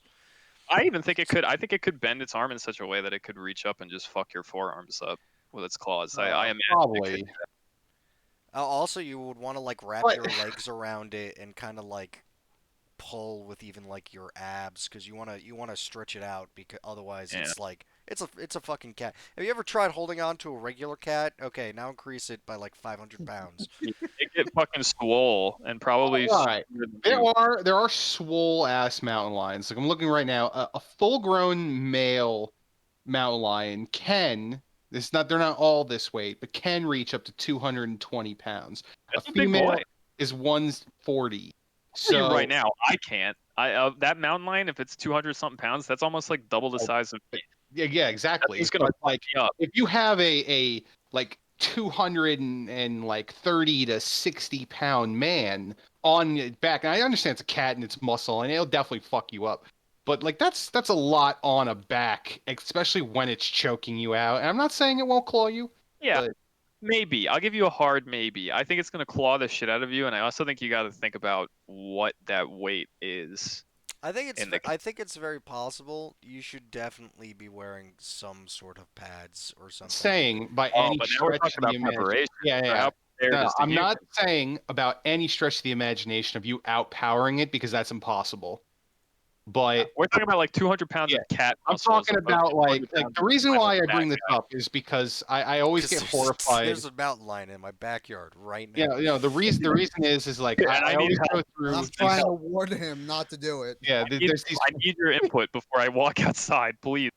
I always get into like these worst case fucking scenarios where I'm like, what if I'm walking my dog and just a fucking mountain lion bolts out of the fucking woods and attacks my dog? Like, what am I gonna do? I And like think my that first reaction dog is to just fucking jump die. on it and choke it out.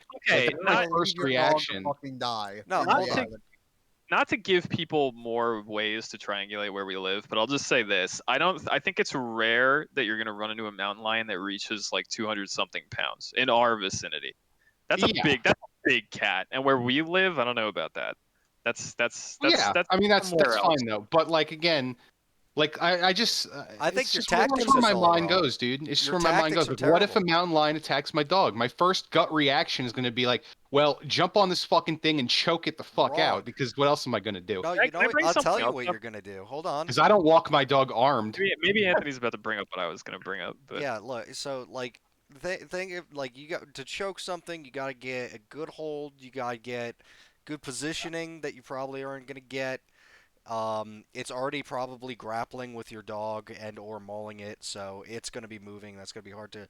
Your choking is not the strategy. Uh, as always with nature, genitals and eyes. Those are your targets. So go full on chimpanzee on Hell it. yeah. Get out there, Get he's a not stick, a rock, and just blind that fucker. he's not wrong. Or sometimes, depending on the animal, like nose is Yeah, that decent. too. Yeah. Smack him in the fucking nose as hard as you possibly can. That's a pretty sensitive area. Calmly and sternly tell it no.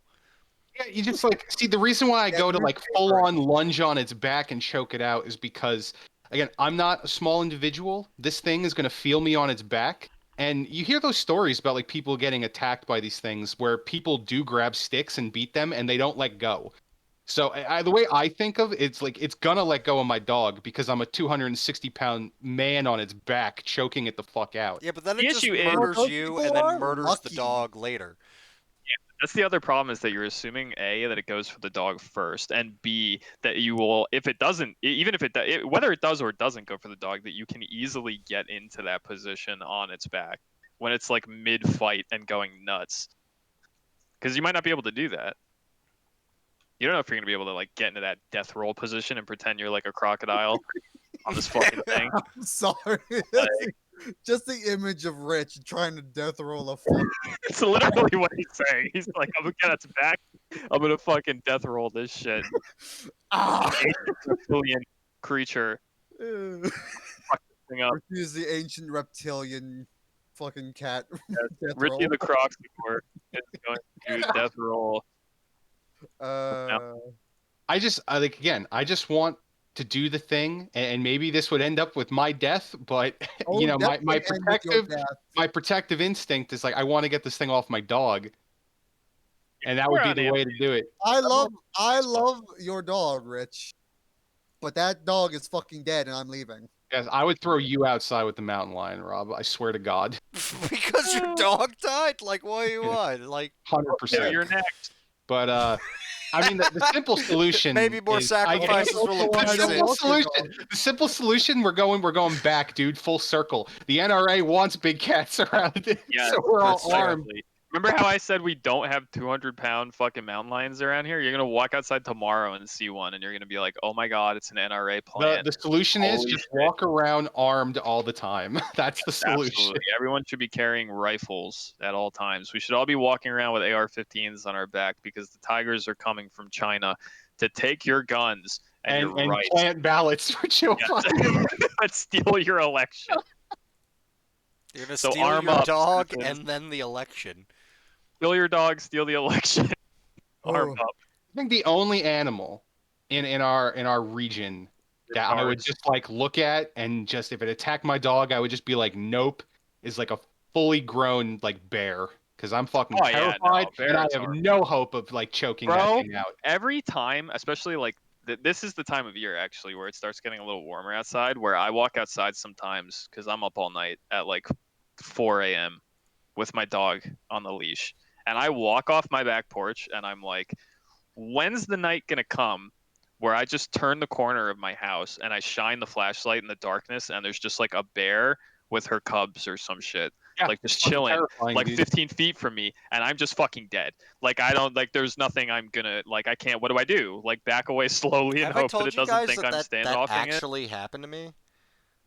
No? Yeah, I was walking my dog, and So this was like this. years ago. Oh yeah, this was years ago.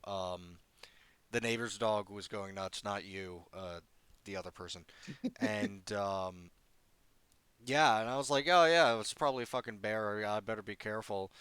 And then my dog just like stops, is like completely still, and I go, oh no, and sure enough, I shine my flashlight, and it's like, yeah, no lie, it was like 15 feet away from me. It was just a fucking bear, and Yikes. But and it was I just like a single one? yeah, it was a fully grown bear, no cubs or anything, and it was just kind of That's chilling good. in the woods, and I tightened the leash and just walked backwards very slowly Yep. until I was back inside. See, that's that luck, though. That's the luck that there was no Cubs. Oh yeah, oh That's I yeah. my think fear. my thing was I was getting home from work one time. It was late. I had just gotten done with a night shift. I was driving home. I had just stopped. I had just got in the driveway. I was just like I was so tired. I just like took a small like 5 minute nap. I woke up Thing was was a fine. bear. And all of a sudden I hear something in the front yard. I was like, oh, it gotta be like a fucking deer or something. So I turn on my headlights and I start to open my door. And as I turn on the headlights, there's just this fucking bear staring at my car, and we both get scared. I slam my door. He runs backwards into our backyard, and I'm just like, ah! See, that's the beauty of a black bear, right? Is like, but this is the thing, They're right? giant cowards. Is that it's the gamble, right? We're fortunate enough that we don't live around like brown bears, because a brown bear will just kill you. Like Yeah. they're just murder machines. A black bear will usually be kind of skittish, unless, as I've been taught my whole life, you round that corner and it's mama with the babies. Then you've got a problem. And that's my biggest fear. Is turn the corner and mama's with the babies and I'm just fucking dead. That's the Yeah, that's that's the the gamble. problem, all right. I've luckily, in my 28 years on this planet, have not run into that gamble. I've been lucky. I have not either. Anytime I've seen mama with babies, I've been far enough away that I don't care. Yeah, I've either been in my house or I've like been in a car or I think something, like and it's like whatever. the closest I've been to a bear was I was driving home from work one morning, and he was a tiny fucker, but he was by himself. He was just chilling, eating our garbage, and I couldn't get him to leave the driveway. Like, I was in my car, I was honking the horn at him, and like he was still kind of like tiny, so he was like, I honked the horn, he runs to the side and like clings to a tree. He doesn't go up the tree, but he clings to it, and he wouldn't move. Dude, I drove my car up to that tree. If I would have got any closer, I would have hit the tree, and he would not move from that tree. Eventually, Stubborn. I'm just like called my dad. I'm like, Dad, I can't get in the house. There's just a bear chilling here. What do I do? Wait. Yeah, basically. I've only had like two. I had a chance. I had a weird encounter. This has become the nature cast, by the way. Yeah, I had a welcome, weird. welcome to the life cast. I mean it's more fucking interesting than anything else we're gonna talk about, to be honest. Yeah, fuck your week. It was boring. Because there's no news, and all I'm gonna talk about is like Resident Evil 8, which I didn't even finish. So whatever. I've been watching a lot of Resident Evil. It looks pretty good. It's good. I'll talk about it. But I've had two recent encounters with nature, neither of which have been like Mama with the Bears or have even been bears. There's the one that I don't think I ever told on the podcast, which was when something howled at me like a year ago. Oh I god. remember that, yeah. That was the most horrifying. That was literally the scariest experience of my life. Was just walk outside with my dog. It's kind of what I described before. Is I just step off my back porch. I think it was like 3 a.m. or something like that. I step off my back porch, get up the hill, so like 15 feet maybe off my back porch or something, like into the tree line, 20 feet. And I just get into the tree. I get like up that little hill where my backyard stops, and I hear something in the woods to my right begin howling at me in a way that starts and almost sounds like a person and then builds into like what was clearly, at least I think, like an animal howl. And I just never ran back into my house faster in my life. Like it was like 20, 25 feet away from me to my right, off in the woods to the side of my house in the dark where I couldn't see it.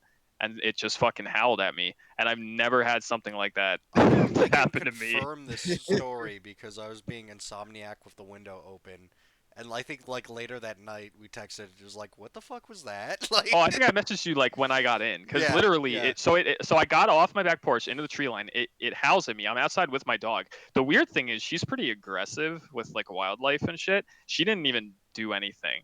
She like kind of looked over there, but didn't like growl, didn't like try to push towards it and like pull me. I just got her on like 4 inches of leash and just dragged her ass back, like practically choking her to the back porch, got back on it and was just shining a flashlight into the woods trying to see what it was. And I couldn't find it. And then I got inside and I messaged you and I was like, did you hear that? And I did. Because that was horrifying. It Still was. no idea what that could be. It was a werewolf. I'm assuming it was a coyote. Yeah, so I'm saying like howl. Like, It has to be a coyote for around it here. has to be a coyote because I've heard them too. I don't know if you've heard them, Anthony, but like I've heard them in the distance near where we live, like off towards like down the street and like into the woods. I've heard Yeah. them far away sometimes, but never like that, where it was literally right next to me, I like hear in the woods werewolves off to the all side of my time. house. So it must have just been like passing through or something when I happened to walk outside with my dog and just was telling me to fuck off, and I fucked off very fast. That was literally the scariest moment of my life. I've never been so fucking freaked out. I didn't care if my dog was full of piss and shit. I ran back into that house. The other thing, right? So this happened more recently. I don't remember if I ever told you guys this before. I think I told Matt this story. This was like far more recently. Like I think when maybe like just before winter or something, or like somewhere around there. I think more recently though. I walk outside to put my garbage out, right? And I open up my garage door. I have a garbage pail. I have to bring it to the end of the street, right? Put garbage pail at the bottom of the street, bottom of my driveway, walk back up driveway, go back in the house. I do that. I get inside, and my mom had told me like take it out because it's garbage day. It's garbage night, and I'm like, okay, cool. So I do that. I come inside and I get to the top of my stairs inside and I realized like it's not garbage day. It's the day before. I don't have to put the garbage out. And almost on cue, as I'm walking back down the stairs, I hear my pail outside. Or okay, I hear a pail outside on the pavement of the street, like moving. And in my mind, actually, I fucked this series of events up here a little bit, but in my mind, I'm thinking to myself, oh, okay, it's garbage day. And this was like 5 a.m. or something like that. So I'm like, I think that's probably the person across the street, like putting their garbage out. And then it hits me, it's not garbage day. So no one else is doing that. So I get on my porch and I shine a flashlight and I can't see anything. So I go down there and my pail is toppled over and my garbage is all over the street. In the time it took me to put it out, right, in like pitch black darkness, come back into my house, hear that, and then realize that it wasn't garbage day, something fucked my can up and then fucked off when I got back to the bottom of the driveway to pick all the shit up. Just And think it that's was watching scary. you the entire time. Exactly. It's scary because I'm like, it was in the woods watching me put the pail out. Because that was like a minute or two tops. So if there was like a bear or something, like whatever toppled that, it was watching me do that shit. Not as Just scary as being howled at, but still kind of frightening. Yeah, that's kind of terrifying. I thought you were going to tell the story about the snakes. Sorry about the snakes. Yeah, What was that? remember? Oh, the snake in my Yeah. garage? Yeah, that was like a baby snake though. It didn't really like freak me out that much because it was like I had one snake in my garage recently that I sent Richie a picture of because it wasn't a garter snake and I was like, what the fuck is this? And that was kind of frightening. But it was one snake and it was clearly young.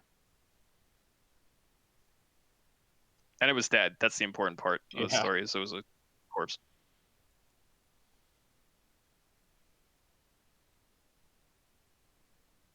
Anyway, welcome to the Nature Cast. The Nature Cast. Yeah, We live in the middle of nowhere. we're from the woods. The woods. You'll never find us. I'm so glad that my dog doesn't ask to go out in the middle of the night anymore. Yeah. Because I'm done. I had that one time. Remember I told you like I had like a fucking woman yelling in the woods, and I was like, nope. Oh yeah. And pretty sure figured out it was a deer, but it was the most horrifying shit I ever heard. Like you don't want to go walk your dog in pitch black on the road and in the middle of nowhere just hear a woman screaming. Yeah, no, that shit's frightening. I actually heard it was like not too long after you told me that story. I was in my room one night with my window open and like my window faces the street. And off into the woods, like front right of my house, I heard like a noise that kind of sounded similar to what you had described, like almost like a humanish kind of scream. Mm. But I kind of just assumed it was a deer because it was like off into the woods in that direction, and it sounded like it was probably a deer because I think that's what it was, like off in the distance. It's the only thing that makes noises like that randomly in the middle of the woods. Yeah, or it was a screaming woman who was getting axe murdered. You never know. Probably not, because I think I would have heard about that on the news, so I just chalk it up Or when I or hear you or about they it. were really good at their job and you That's didn't true. hear about That's it. that's very true. Yeah, but I reiterate, fuck that. I don't I honestly, personally hate the dark. I don't like being in the dark outside. Like fuck that. So I'm so glad my dog does not ask to go outside at night anymore. I'm out there. I'm out there every night at like fucking 4 in the It morning. fucking horrifies me, dude. It's just not seeing, dude. Just not seeing that frightens the shit out of me. Very spooky. Gives him the spooks. And a lot of that shit that will fuck you up comes out at night as well.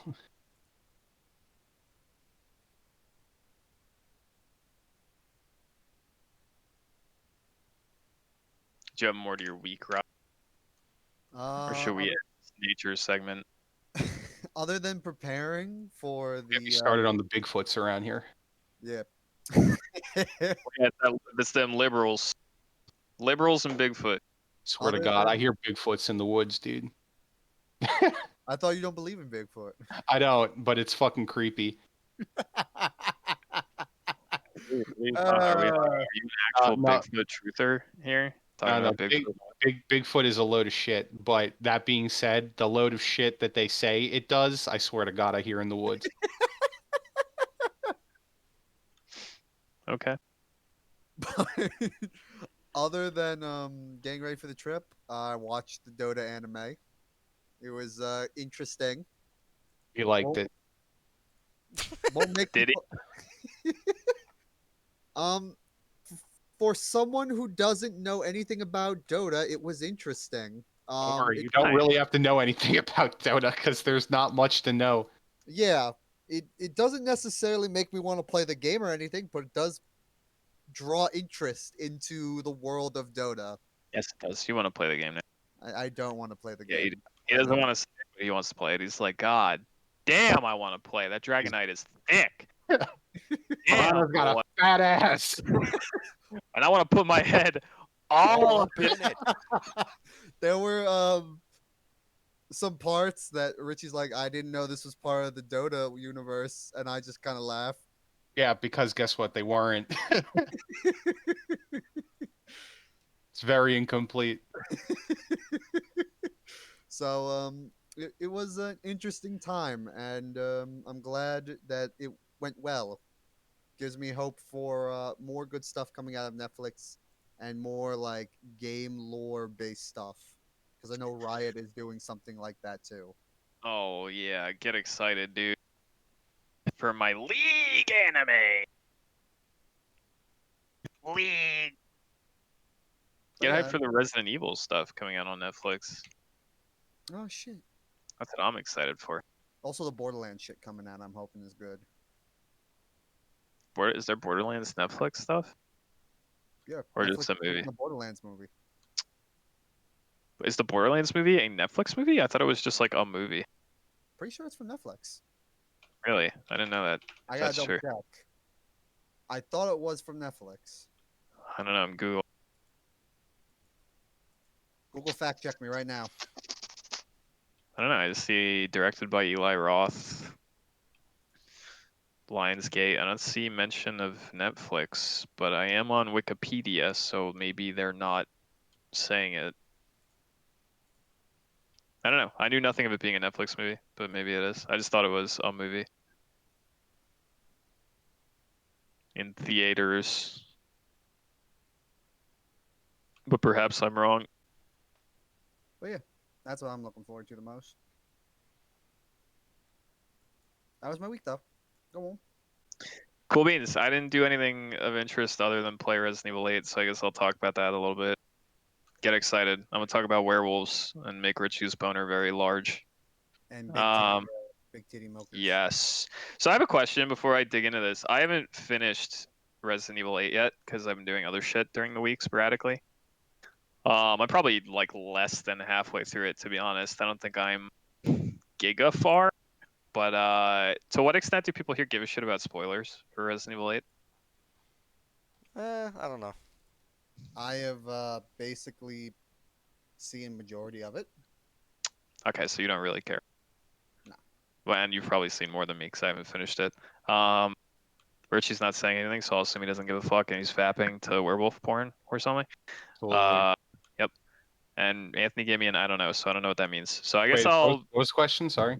The question was. He was really fat. RE8 Yeah, thank you for listening to my spoilers. week. The question was, do you care about Resident Evil 8 spoilers? No, because I'm never gonna play it. Okay. Probably. Can I get something similar better to- than I don't know from you, Yeah, Anthony?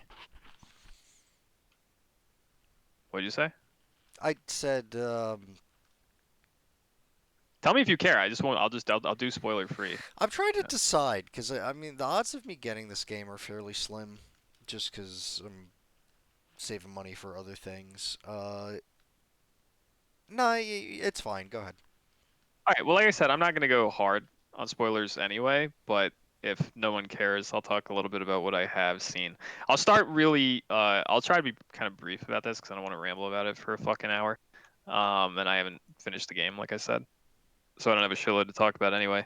But I'm enjoying it. It feels the differences between this game and RE7 are like instantly noticeable. The moment you start playing it, especially because like I just played RE7 before I started playing this, you get into the game and you can instantly feel how like Ethan's movement speed is just generally a shitload faster. Like your sprint speed is just way faster. Guns don't feel quite the same. There's a moment early on where you fight your first enemy, and when you kill it, it dies. And leading up to the release of this game, it was made clear in interviews and things that this game's biggest inspiration was Resident Evil 4. And there's never been a harder confirmation of that than when you kill the first enemy, it fizzles out of existence and it drops an item. And you're like, oh shit. Like it dies. It dies and an herb shoots out of its ass. And I pick it up and I'm like, oh my God, this is Resident Evil 4. Like I'm playing RE4. Then you play a little bit further, you go into a building and you catch a glimpse out of the corner of your eye of something shining up on the wall. Oh, nice treasure! And you're like, oh my God, what is that? And you have to shoot it to make it fall, and you pick it up, and it's basically like a spinel. It's this game's version of like getting treasures off the walls and shit. And I'm like, oh my God, it's Resident Evil 4. Then here's the shitty part: you at the start of the game, you load it up, right? And they hit you with the difficulty selection screen, and it's like casual, standard, hardcore, Village of Shadows, right? Interesting. RE7 is casual, standard, Madhouse. That's it. There's nothing in between standard and Madhouse. This game, they injected a little bit of hardcore in between standard and Village of Shadows. So I get hit with that screen and I'm like, what the fuck is this? Like, am I supposed to play on, like, what is the equivalent of Madhouse in RE7? Is it Village of Shadows? Is it hardcore, but Village of Shadows is even more difficult with like extra little tweaks? Like what's going on here? So I make the decision to play on hardcore my first time through, right? I have never, and I'm not ashamed to admit this, I have never played a game that will fuck you up your ass so hard and so raw right from the jump if you pick hardcore, because the game opens with its version, once again going back to the RE4 inspiration, its version of the village defense scene. So like for those who don't know or might not remember, but in RE4 it's like you start, you fight a Jesus couple Christ. dudes, Yeah, yeah. you fight a couple dudes, you go into the village square where they're like burning the cops on like a pyre, and then you have this big epic moment where you're like juking through these buildings and you're like shooting these dudes and shit. And then if you last long enough, the bell tolls and they all fuck off. And then Leon gives his one liner. He's like, "Where'd everyone go? Bingo." Bingo. And then the game keeps going, right? Very cool. They want to do the same fucking thing in this game, but it's not as good. In terms of like design, it's so much more difficult. Because now imagine that you're playing something like that, but you're doing it from a first person perspective. The lichens are coming at you in the dozens. They're very fast. They come at you like 3, 4 at a time, and like they're dodging gunfire like ganados on crack. When you shoot them on hardcore, they don't always hit stun. Like, so you have to do a lot of damage to them before they even start to flinch with like regular handgun bullets. You have very few shotgun shells for the shotgun that you find in that village defense moments. And to make matters worse, it's extremely unclear what the objective is, because what triggers the end of the scene is not obvious at all. So what you have to do, or what I figured out, is you have to just like live long enough and whilst killing enemies before a big dude who's like the El Gigante stand-in with the hammer comes into scene to open a path for you. Then you have to run that way. But if enough time has not yet transpired, it won't trigger the cutscene to end the scene. So you'll just get caught in a dead end, charged by like 8 lichens, and you'll just eat shit. Oh, great. Like never ending.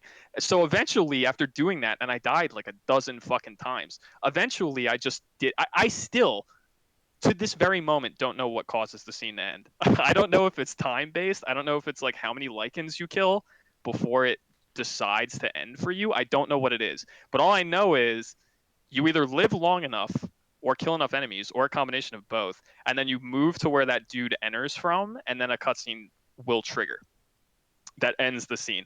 It's like if you took that moment from RE4, but you just missed like a very important part of it, which is that like the environment was very big, so you had a lot of room to like juke the ganados Can and you shit, like and like barricade doors and shit in this one? in this one you can, yes. There Okay. are 2 points in that scene that I'm referencing where you can actually like barricade doors to keep the lichens out, but it's still not. It just doesn't feel like enough. Like the environment is pretty linear for what they're trying to do in terms of like the RE4 comparison, whereas that village moment in RE4 is very big. It's almost circular, right? Hmm. There's like so many buildings. There's like 3 buildings I think in You could even that get on square. like roofs and shit too. There's 3 buildings. You had the melee system to get people off of you. You had windowsills to like juke in and out of, which gave you complete and total like iframe when you were in those animations. Going up ladders did the same thing for you. Jumping off roofs. There was just so much more you could do in terms of movement. And this game is like, let's try to do that scene, but let's just fuck the player so hard because there's so many lichens, and if you jump in on hardcore, it's so hard to fight them with the resources that we give you, and there's not enough room to maneuver to get around them. So anyway, that fucked me hard, and I was like, did I make a mistake like picking hardcore at first? Because I literally died like 12 times. It was insane. And then once you progress past that, the game is fine. But like that moment is one of the hardest openings to a video game I've ever experienced, especially if you pick that difficulty from the jump. I'm sure on standard it's not as bad, but if you don't know what you're in for, you pick hardcore and you just get bodied like fucking hard. Um, and then the game just becomes better in terms of design. Like there's never a moment like that again. They just front load it with this extremely hard scene, and then it's great from there on out. It feels well designed. It feels well balanced. I get this weird vibe from it where it's like it's not so much RE4 inspired, even though they've said that that's what it is. And like, yes, enemies drop items. Yeah, there's treasures. Yes, there's a merchant. All that stuff is clearly there, but it feels almost more like FromSoft inspired, if that makes sense, because the levels are very Souls like in the way that they're designed, where you'll be like going through the castle, you know, and you'll be exploring, and you'll go through some rooms and you'll solve some puzzles, whatever, and you'll fight some enemies, and then eventually you'll turn a corner and you'll open a door, and you'll unlock it from your side, and you'll swing it open, and you'll be like, oh, this is like the start of the castle, and you've created a loop now with a shortcut where like, oh, okay, I can get to the save room and the merchant way more easily from here, and then I can push back through the shortcut to make progress. It's very like Souls in its level design, which is really interesting, and I would argue even in its enemy design as well, because there's we said that we don't really care about spoilers. I'm just gonna be honest. Like, Lady D and the daughters are unfortunately not in the game for as long as I wish that they were, which is interesting because they front loaded all the marketing with like mommy milkers and the daughters. Yay! I got that correct. Um, I mean, they're I the would f- have expected it. they're the first main like antagonists that you fight. The daughters, I don't like their boss fights, to be completely honest. They almost don't feel like boss fights. They're like these weird little mini bosses that you fight in like very generic rooms, not in like interesting arenas. And then Mommy Milker's fight is actually kind of cool and interesting, but I still dislike how early it is in the game because I have way more game left to play. And like Mommy Milkers and the daughters are out of it from at the point that I'm at, and that kind of sucks because I find them way more interesting than like all the other game's antagonists other than like Bloodborne Man. Um, so that's kind of a negative because I really like them and I wish that they were like the primary antagonist, but they're not. But back to my like primary point. When you fight Lady D, Big Mommy Milkers, and she goes into her big I am now a Resident Evil monster form, as everyone does in Resident Evil. If you look at what she looks like a fucking Bloodborne enemy. Like she has this like very pale white coloration. She has all these like tentacles shooting out of her back and shit, and she's like got this pale white skin. She has like a female form that's like her on top of like a fuck beast. That's like this big gaping vag maw that she's like riding on, but she's not riding it. It's her, and it's like very. It just reminds me of like a Bloodborne monster, the way that it looks, to be completely honest. And when you combine that with like the level design and like the way some of the lichens look to me, like especially the big guy who's like the El Gigante stand-in. When he like shoves his face in your face early on, and you get this really clean look at him, and you see all the hair on him, and it's very like lion's mane. It looks like some cleric beast shit, like the Nice. way the hair is rendered and stuff. And he looks like a freak human from Bloodborne. It's kind of what he looks like, even in the face. Um, so like that combined with the environments, combined with just the way the levels play out in terms of layout, all that shit gives me way harder FromSoft vibes than it does RE4 vibes to me personally. The enemies dropping loot and the treasures and shit is all very clearly like RE4 inspired, but everything else feels like they're aping FromSoft shit, and it feels good, to be honest. I like it a lot. My only complaint with the game thus far is I wish Lady D, I wish Mommy Milkers was in the game longer. Like maybe she is, and I just don't know that. So like maybe it's like a fake you fucking murdered her, but it seemed pretty conclusive at the end of her boss fight that she's gone. Um, so I wish she was around longer, and I wish that I wish the environments that you fight enemies in was a little more interesting, like RE4. Because when I think of RE4, I think of like big, interesting arenas with like a lot of juke points and shit, just like the village defense area, like a Yeah. lot of room to maneuver, get the iframes on your like low wall hopping and like ladder climbing and shit like that. And this game has none of that. It still feels like you're fighting enemies in kind of like a corridor crawl sort of situation, like RE7-ish, but with some RE4 stuff thrown in and very like FromSofty level designs and like enemy designs. I like it. I don't really know if I can give it a thumb rating yet until I finished it, which I'll probably be done with it maybe by next week, and then I could do that. Um, but yeah, I wish Lady D was around longer, and I wish like the level design. Like the arenas where you fight enemies in specifically were a little more interesting. But I find all the little like FromSoft-ish details to be a very pleasant surprise because I didn't see that coming. I was just expecting like let's ape RE4. I just do RE4 shit, and instead what I got was like look at all this clear FromSoft-ish inspiration in our levels and the way our enemies look and stuff like that, and that's very cool. So I don't know. I'll give it a full thumb review, I think, probably by next week if I finish it, unless like watching the Dota anime fucking slows me down, among other things. But as of right now, I'll give it a very tentative. I like it. I'm enjoying it, and hopefully it maintains its quality all the way through.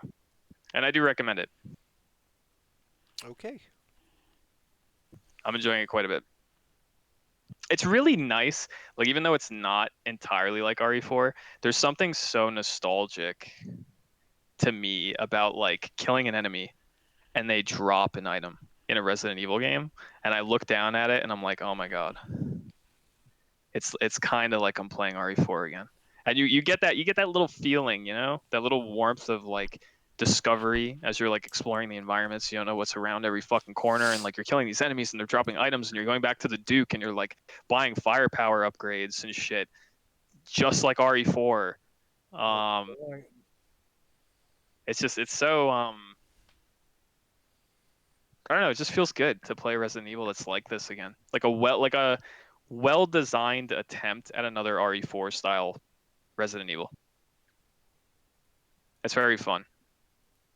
It's been a long time since Resident Evil has given an experience quite like that. Not saying that like RE7 or like the traditional like survival horror style of RE is bad, because it's not. I like that shit. It's just that Capcom hasn't tried to do another RE4, unless you count RE5, in quite some time. And like to do it with a degree of competency, it just feels good. So I recommend it. I'll give a thumb rating and a more fucking in-depth review of all the shit that I have not seen yet when I finish it, maybe by next week. Nice. And that's basically my They, week. Nice. how well are they developing the whole Chris being bad, quote unquote thing? So I haven't played far enough to really tell you an answer to that, because I haven't seen Chris yet where I am in the game, other than the beginning of the game. So I don't know. I will say that the beginning of this game has one of the worst instances of please just talk to each other that I've ever seen in my life. Because Chris and his goons just walk in and murder Mia, and then they take the kid, and they're like, and all they got to do is say like 2 sentences to Ethan. Just explain, like, why are you doing it? Why are you taking the kid? And Chris is just like doesn't say shit. I just looks at you the entire time, and they're like, yeah, like just take him or whatever. And he just like busts 5 caps in Mia's ass, and then they just walk away. And like I haven't seen him again yet. I think I'm going to soon, based on some context clues that I've encountered playing the game. But yeah, so to answer your question, no, they haven't really explained that yet. I'm sure by the time I'm done with the game, they will have explained it. So where are you? Where'd you just got done with Lady The very Monsters? Yeah, the very last thing I did was I killed Mommy Milkers, and then I went back and I talked to the Duke, and he was like, "Yeah, there's 3 other dickheads. Go do that." And then I went to um the manor, like Beneviento House or whatever it's called, and I'm in the basement there, and then I saved and I exited. That's a good one. Yeah, I'm excited about it. I'm very excited about it. That's another thing that makes me think FromSoft so hard, is how the game literally goes, "Hey, dickhead, you killed Mommy Milkers. I'm gonna explain to you now that there's all these other bosses, and you're gonna have to deal with them.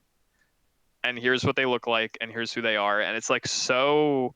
And then like it brings your map up when you talk to the Duke after killing Mommy Milkers, and it just straight up puts them on your map. It's like, go here to fight that one, and then you have to go here to fight this one, and then you have to go here to do that. And it's like it's just Can so you like go in any order? So I thought that that's what the game was hinting at. And when the map opened and it did that, I was like, oh my god, it's Dark Souls. And then it appears that you cannot. It looks like they give you a key after you kill mommy milkers, and it only gets you to one of them. So there is unfortunately a linear order to it, but Okay. it's still very like It's interesting. It's neat. it's just like it like hints at from soft design to me. But then there's more like obvious from soft stuff like the actual level design itself and the way some of the enemies look and shit like that. So it's cool. I'm enjoying it. It's very fun, and I look forward to beating it and then playing it on the higher difficulty because I don't actually know what Village of Shadows does to change the game, but I will find out. I assume it's like Madhouse and it changes up like item placements and shit like that, but I don't actually know. But I will find out. And that's pretty much my week. Mommy Milkers is dead. Wow, spoiler alert. Well, I mean, as far as I know. Okay, I asked. All right.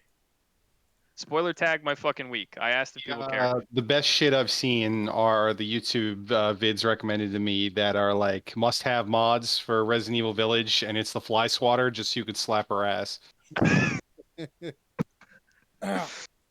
The fucking I don't know.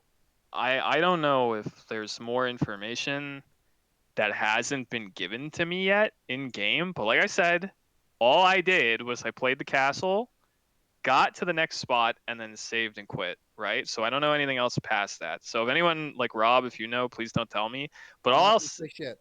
but all I'll say is in the castle, it's so interesting that they hint at the fact you only pick up like one note that explains what the daughters are, and it's not very clear, but it seems to be implied that they are just bugs. They're not Hot. they're not people with bug powers. It's like you find a note that says like, yeah, so I administered the bugs and then the bugs fucking ate them. And now they're like taking the form of the girls and they're looking like them and they're like coloring themselves to look like this and this is why they're like black around the mouth and shit like that and it's like, yes, the bug swarm has become the girl. And that would kind of explain why they just call you man thing and shit like that because they're not human. It's very weird, and I don't know if they're gonna explain that more beyond the one note that I found. I'd be shocked if they do, considering that they're kind of just dead, as far as I've seen and out of my game. But maybe they will explain it more. But it's very interesting to read that note and be like, are they not even people? Like it seems to be implied that they're literally the bug swarm, Okay. somehow taking the form of a woman. So, would you fuck a swarm of bugs? 100%. Oh They're hot. yeah, yeah, They're hotter than Lady D, to be completely honest. yeah, my boy. I would slam that bug swarm, dude. 100%. Heard Call it. me Lord of the Bug Flies. puss. I like that one. Call Crush me that bug Lord puss. of the Flies. Oh, Take my damn foot. I'm a man thing. excellent. But yeah, that's it. It's very FromSoft. It's honestly less RE4 than it is FromSoft in my opinion, and I'm liking it. I'm enjoying it quite a bit. Very big nostalgic vibes every time I go to a merchant to upgrade my guns and shit. Oh Really hell enjoy it. yeah. I fucking love that merchant. Yeah, he's he's cool. I don't know if they're ever gonna. It's interesting that he's more of a character in this game than like RE4 Merchant was. Like he's actually a guy who talks to you and has conversations and shit. I love it. I Um, fucking love it. I don't know if they're gonna explain more about him as the game goes on, but it's very interesting. I don't care if they do. I just love him. The fucking Duke. Yeah, I like him. I don't know if I like him. Like RE4 Merchant is just so fucking iconic, but the Duke is nice. He references RE4 Merchant. I don't know if you've seen that.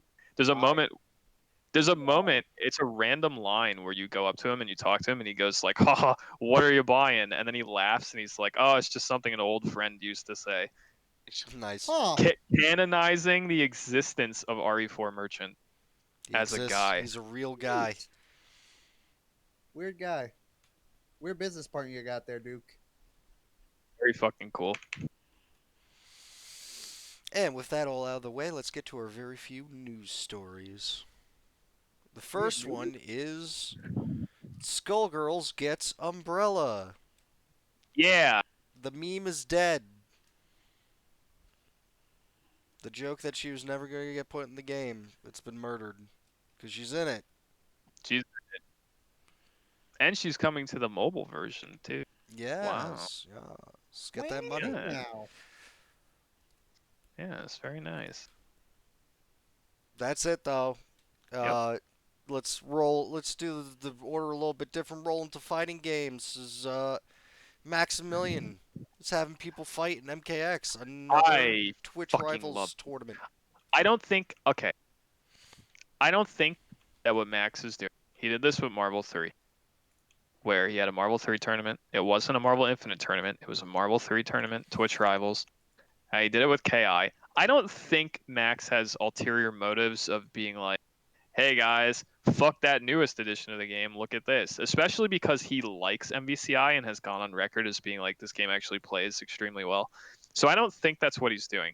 I do find it so interesting that he's doing a Twitch Rivals for MKX and not MK11, which, once again, he's been on the record, much like me, as saying that MKX is the more fun of the two games because it just fits his style more, and I tend to agree. I like it. I like the aggression of MKX, so I guess that's why he's like calling attention to it. But to think that like someone at NRS is going to see a big fucking Twitch Rivals tournament, front page of Twitch, not for MK11, but for MKX instead. God, I hope that gets some like message across to the people at NRS that MKX was something fucking special. And they fucked it all up. I enjoyed MKX. MKX was so fucking good, dude. I like that game so much more than MK11. It's so fast.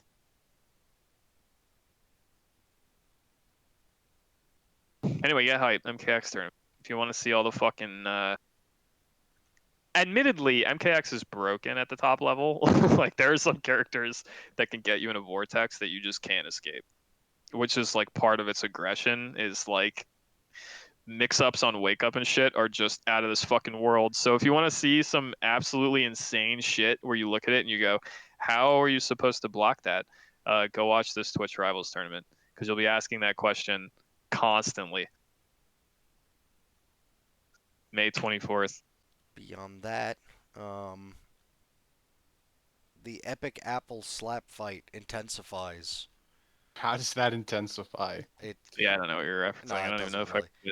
So this story is really funny. Is and it points out a kind of like hysterical loophole. So Epic bought itch.io. Itch.io is kind of like an indie dev platform, um, and there's all sorts of stuff on it. Um, for example, lots of porn games are on itch.io because Fuck yeah, dude. it's a good place to go for Porn. yeah, if you're an indie dev and you want money, draw some anime titties and you'll go far. If you could draw them good, that is. Or do Yeah, even some if you can a little bit. real deviant shit that you know that they gotta come to you. Sometimes literally. Um, Giggity. but there's a slight problem in that the Epic Game Store has integrated itch.io. And itch.io, if you go on that website, there's an age gate verification because of the content. Epic doesn't have that. So the Apple lawyer started to argue the fact that Epic is a storefront made to sell pornography to minors. Oh. Wow. Hard yikes. Yeah, which is very strong arguing. And not it's technically correct too, which is the best kind of correct. Yeah. The technical kinds of correctness. The worst kind to have in a court Yep. against you. And itch.io had a lot of fun with it because I think the specific language that the lawyer used was unspeakable games of itch.io. And itch.io then renamed its adult section to unspeakable games. That's awesome, though. That is an amazing way to put it. Because yeah, That's kind of they're off the hook. They have an age so. gate. So hold on, quick question, because I've never really used Itch. I think I went on it once to look at because I know people upload like I think like doesn't Puppet Combo upload like those weird horror games and shit to Itch? I I don't believe remember. so. I think I Yeah, looked yeah. at something like that there. But anyway, so when you're on Itch and you go like they don't have any like age gate verification whatsoever. They do on If you click itch. on like hentai shit, it doesn't go, "Are you 18? Yes or no?" It doesn't do that. Yeah, on itch.io it does, but the thing is, since it's integrated to the Epic Game Store, if you're in the Epic Game Store and go to an itch.io type thing, there's no age gate there. So here's my question, because I haven't physically done that myself. Is that true? Because the guy from Epic here says you cannot access those apps through the Epic Game Store. You can access those apps through their application, which is what you are downloading, or we are downloading. Itch.io, which is an app store. Users have their own account with them, and you use their store and are subject to their end user agreement. So do you not still hit all those checks and Interesting. balances? Oh, that's a real quagmire. So in the store, you click it and you download it, but then when you go to launch the game, you need an itch.io sign-in? That's what it sounds like to me. This is like he's saying. That's why I'm asking the question. But I haven't done it myself physically, so I don't know if you do it through Epic, if it doesn't age gate you, if you click on some like hentai tits or something. Well, So it I haven't would done it. So I, no, yeah. Again, Epic has absolutely no age gates, and it's saying even in this guy is saying that you can download it through Epic, but then you probably won't be able to access the software. I'm guessing. he says another statement. He says you can go to the Epic Game Store launcher and you can launch itch.io, which takes you out of the Epic Game Store and launches their app. You are then subject to their user agreement, and you are in the itch.io ecosystem. That's what this guy from Epic says, which makes it sound like you just click a button and you use the itch app and would then be subject to any like age gate shit. Well, yeah, if you're under because itch.io does have an age gate, so. But I get maybe it's just he even seeing like the games on Epic. Maybe the ads have explicit content. I don't know. If you're I can see like if that's the case and you literally launch itch and you still have to check the yes I'm over 18 button to look at hentai tits, then like that's not as bad. And it looks like Apple's just trying to be like, hey fuckface, don't you understand that you're listing hentai shit regardless of like the age verification? And they're just trying to get them on that. But that doesn't make it any better than like Steam, which does the same shit, you know? Does Steam even list like adult games if your account's not over the age of 18? Like, can you even see them? Yeah, I don't know. There's a lot of gray area in this because it's like, I've never used Epic, so I can't try doing this. And then I've always been, by the time Steam started to upload anime titties, I was already old, so I can't be sure about that. He was already looking for him at that point. It seems like from reading the statements made in court that they are just trying to. It seems like Apple's just trying to point a finger at them and be like, "Hey, you have hentai tits on your storefront," and they're like, "Yeah, but no, because you have to launch itch through Epic. So like, yes, but no." And then they're like, "Yeah, but hentai tits though," and they're like, "Yeah, but no." Like that's what that's what this reads like.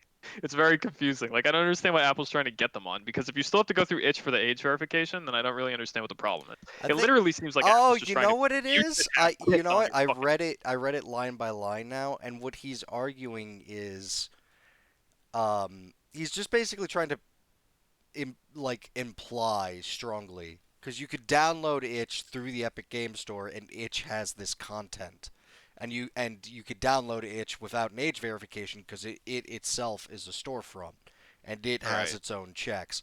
So he's trying to just obfuscate that line where it's like you're downloading a porn database Right. Yeah. without an age gate. And it's like, well, yeah, kind of, but but that once you're in there, you can't it can't be accessed unless you have an account there, and that has an age gate. So I wish the dude from Epic would explain it better, because honestly, his responses are limp dick as fuck. Because you get to the end of the statement and he's like, I was just wondering, sir, like the attorney is like, if you support fully the offensive and sexualized content that is available when people go to the Epic Game Store and download itch. And he responds with, I don't support sexualized content of any sort. Why even respond like that? that's the Just be like, yes, like Steam does it too, and yes, you can download itch and you can see this shit, but like, then you're beholden to itch. It's not necessarily our problem. Like, why not just fucking man up? Well, first off, that's just what cross-examination is. Like the lawyer wants him to say like dumb stuff and to phrase it in ways where it's Right, like of course. He's trying to word trap him, and I get that, and but like, and yeah, he literally like this is the classic where you just stand at a person in the stare at a person in the eyes, especially in like a really formal setting like a courtroom, and just be like, "You like that fucking creepy crazy shit, right?" And then you overreact and you're like, "No, I've never a nude in my entire life, sir." And that's ever. what that reads as to me. Because I don't support sexualized content of any sort. Come on, what living, breathing person? Any sort? Any. That's my point that I'm making though. Is I wish None, he, sir. None whatsoever. I wish he gave a more in-depth answer. Like give a like Steam as an example answer and be like, well, like if like especially if, and I have not used itch and clicked on hentai tits, but if itch has age gate like verification on its end, then just say that. Like be like, yes, you're downloading itch, but then once you get to itch, you get walled off if you're not over the age of 18. Like why isn't he saying that? He's just being like, well, it's not really our problem because you download itch and it's not Epic. So therefore, like you're beholden to their systems and they're not our systems. But why don't you get a little more fucking specific and be like, well, yes, they age gate people just like Steam does on their storefront against sexualized content. Like, why is he not saying that? And then to end it with, I don't support sexualized content of any sort, just feels like a very strange response, in my opinion. True. See, me on the stand, I would readily admit to all that and be like, fuck yeah.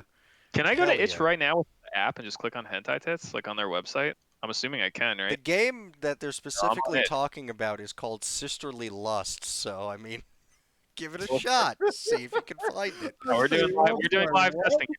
Find Sisterly Lust. Super Smash Sisters. I see Ahegao face here on the fucking thumbnail. That's not the game that we're talking about. The That's a good title. I appreciate Super Smash Sisters. not not. How do I find the hentai games on itch? Someone help me. I can't even find them. Look at how difficult this is. Just to argue this. It's so hard to find the hentai is games on Super itch. Smash Sisters not a porn game? Browse games. We're bringing in our key witness. Oh, I edit that out. I almost said my last name. We're bringing in our key. Not that it matters, 'cause of my comment, but fucking edit that out. We brought in our key witness, Brandon, from the amazing podcast, the Camel Cast, and he can't find the hentai games in the first place. So obviously, it doesn't matter. If the I found glove don't Helltaker. fit, you must acquit. What'd you find? You find hentai? No, I found Helltaker. Oh yeah, well I see that on the front page, but Yeah, I'm looking at the front page. I found let's see. What's the game we're looking for here? apparently it's called Sisterly Lust. I can't find it. I don't know. I Okay. can't Best find. podcast we've ever recorded, by the I way. can't find Sisterly Lust. 5 tangents, and now we're trying to find hentai games. This is arguably the best thing. Yeah, this is. Oh, here we go. Hold on. I found a visual novel called Cockhole.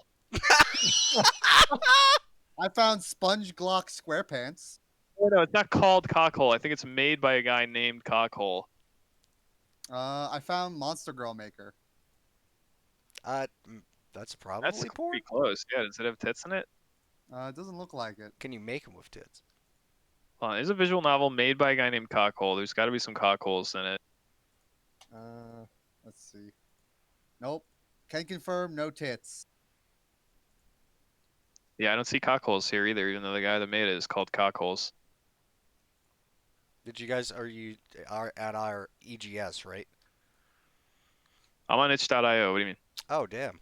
Yeah, itch.io. Yeah, I'm on the actual website. It's you don't have to download the app. You have to download an app if you go through Epic for some reason. But you just go on their website.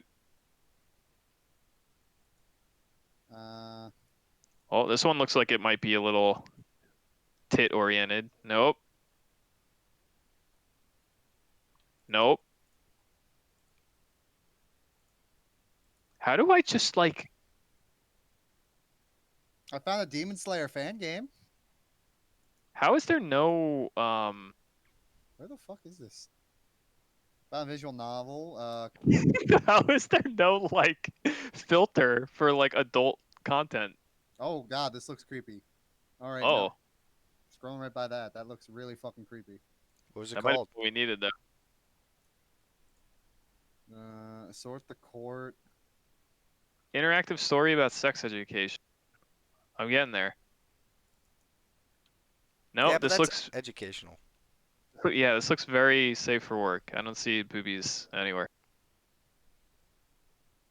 All right, like okay, to prove my point, I can't even find this shit.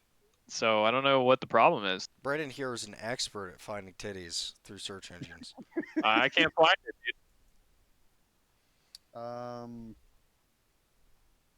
I found a lot of weird shit, but no tits. I can also confirm.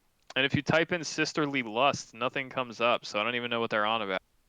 Unless it got taken down. Yeah, it could. Maybe they scrubbed it ever since this leaked.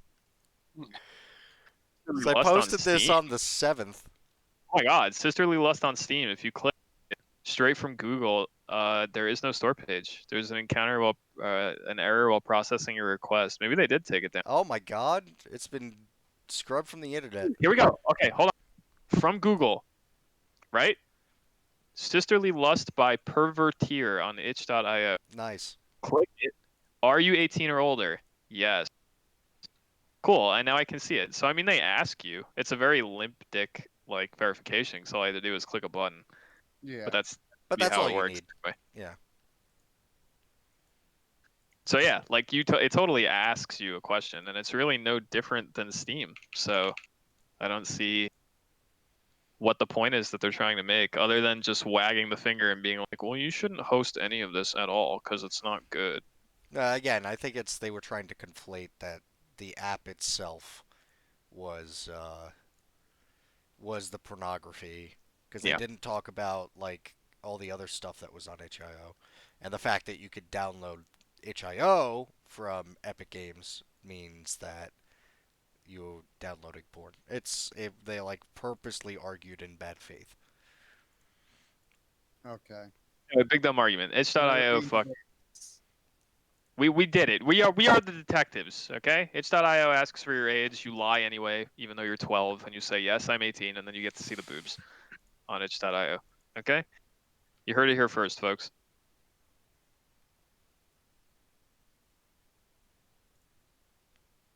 We all learned So the today. point is, fuck Apple. I mean, fuck them both, but sisterly lust. I can't buy it on Steam anymore. Or Apparently, you can get it on itch, so it's all right. You look, can't. look forward to our new sponsor, Sisterly. Oh wait, I found it on Steam. Here it is. They want $15. For some reason, you can't get to it from Google, but you can get to it from the Steam app itself. There you go. Does it look like it's worth $15? No, not really, actually. Okay, there you go. It's a very low effort porn game. I'll tell you what. It's called Sisterly Lust for fuck's sake. It's not high. It's not high effort. Not very high effort, dude. Look at the lack of effort. It's just like asset flip waifus. I remember those assets from like Newgrounds games circa 2007. This is the bonus edition of the game, containing 23 extra sex scenes featuring the main character and Wow. a lot of the side girls. It's not bad. A set of bonus artwork and a walkthrough guide are located in the game's installed directory. A walkthrough guide. This is Damn, complicated. You got some choices to make. Top comment, or top review. Ultimately, a story about love. Very deep. All right then. Speaking of My love, sisterly lust. speaking of love stories, this is Venom trailer. Yeah, let's talk about that. I didn't watch it, Does everyone, I Not saw it. watch it? dude. I saw it. I literally only got on my PC last night. I swear to God. It's a trailer, Anthony. Watch it right now with no I- audio. Just play it while we're talking about it. Okay. I'm gonna have to be fast on my mute here. Hold on. Oh god, it's fapping. Why don't we watch with audio? I don't give a Okay, fuck. there you go. No, but it would be picked up by the recording, Yeah, which would sure, be yeah, very, don't do that. very bad. I mean, I think it's what Bren said. It's a trailer. I wasn't wowed by it. How did you feel about it? I'm looking forward to it actually. It I agree with the sentiment. I'm not wowed by it. That being said, the thing I am looking forward to, and I hope it's good, and it probably is, Woody Harrelson's acting. So Yeah, Woody Harrelson's always good though. That's the thing. yeah. Like you put Woody Harrelson in dog shit, and he's still a solid actor. Like nothing changes about that. It's just I don't know, like the general quality of the movie. The trailer didn't fucking like I don't know. It didn't fuck me up with hype. Well, It didn't fuck me up with hype. it didn't like fuck my shit up, dog. That's what I want from a trailer, and it just didn't. It didn't really fuck my shit up. Like the thing about the first Venom is like it's not a terrible movie. I've heard some people say that it's terrible. It's not terrible. It's like some of the stuff with like Venom and Eddie and shit is kind of interesting, but a lot of the meat of the movie is kind of dog shit. Like the antagonist is completely forgettable, and like the plot in general just isn't really that good. So it's a movie that's okay with some really serious problems, and I don't know if this movie is going to improve on any of that. Like I don't know, there's nothing in the trailer that really wowed me. Did you notice the part in the trailer where he's like, I think it's like Cletus Cassidy writing a note or something, and he crushes a spider? Did you see that? Yes, No, I seen didn't it just now. actually. Yeah, Really. that- Little reference. He's like in jail, I think, writing a letter or some shit, and there's like a spider crawling on the paper, and he like crushes it. Like, oh, it's Spider-Man. It's not in the movie, because he's in the MCU, and Venom is not in the MCU, so you're making a little reference. But it doesn't matter because they're not even related at all. I like Carnage. I just like the implication that Eddie Brock has ketchup on his breakfast. Whoever eats ketchup with eggs, get the fuck out. It's Venom Unsubscribe. making him do it. Venom's like, eat. I like food. Venom's characterization in this movie is very weird. It looks like they're going like hard comedy, where they're like, yeah, man, Venom's just like, give me food, dog. I love food, bro.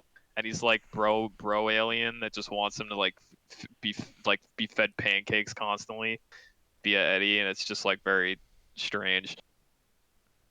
Like there was some of that in the first movie, but this one's like seems to be taking it very far. Venom's best friend, Pierce Brosnan. You know what else I'm concerned about with this? First, I have two questions. Okay, the first one is related to the content of the trailer. All right, are you ready for the first trailer or the first question? Here's the Alright, first. next question. The first question is, how did Venom get the Yamato when he's climbing that one I tower? noticed that. What the fuck is up with that? Like, why is he Why not? holding? Why is he holding Nippon Steel? What's going on? Because it's cool, Brandon. Is this secretly the Marvel vs. Capcom movie that we didn't know about? It's Virgil gonna actually come the bring it? Yamato. It's... He had to fight Virgil for the Yamato. Yeah, Carnage Kill is Carnage just like a with the little Yamato. side character. Really, the fact that he fights fucking Virgil is like the main draw of the movie. Yeah. He has to fight Virgil to get the Yamato so he can judgment cut Carnage. He has to hit him with a judgment nut. Venom smacks Virgil, and he's like, "What sort of power is this?"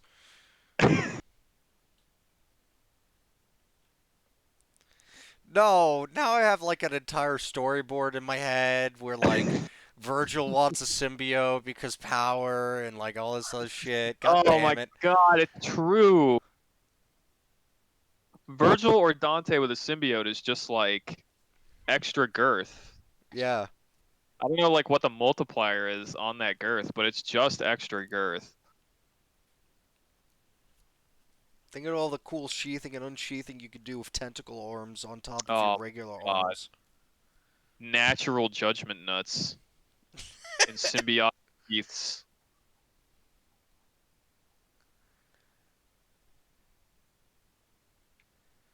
Second question Uh-huh. that I don't know in the description for this trailer whatsoever, and I didn't notice it in the actual trailer itself. Um, and I can't get to the trailer quickly to skip to the end because my ad block no longer functions for some reason as of today. Uh, is what is the rating of this movie? Yeah, it looks like there's a lot of almost head bites. So it's I implied. don't think it says. I'm looking. If it is, we've had this conversation before, and I just skimmed through the trailer and I don't see it. They don't say it at the end, and they don't say it in the description. So we've had this conversation before, but if you're seriously gonna have a Venom movie that has Cletus Cassidy like Carnage in it, and you're not gonna make it R-rated, what's the point? Like, what are There you is doing? none. It really needs to be R. What are you doing? It 'Cause then, opens up the door, yeah, you're gonna not just have to. yeah, you're gonna have a Carnage that doesn't kill anyone, and then what's the point? It's like, or he does, but in like really limp ways, where it's like hard cut away from the violence. Don't show it. You know what I mean? Like kind of like what the first Venom movie did, where he like bit some dudes' heads off and shit, but like you never saw it because of the camera work. Um, I just don't.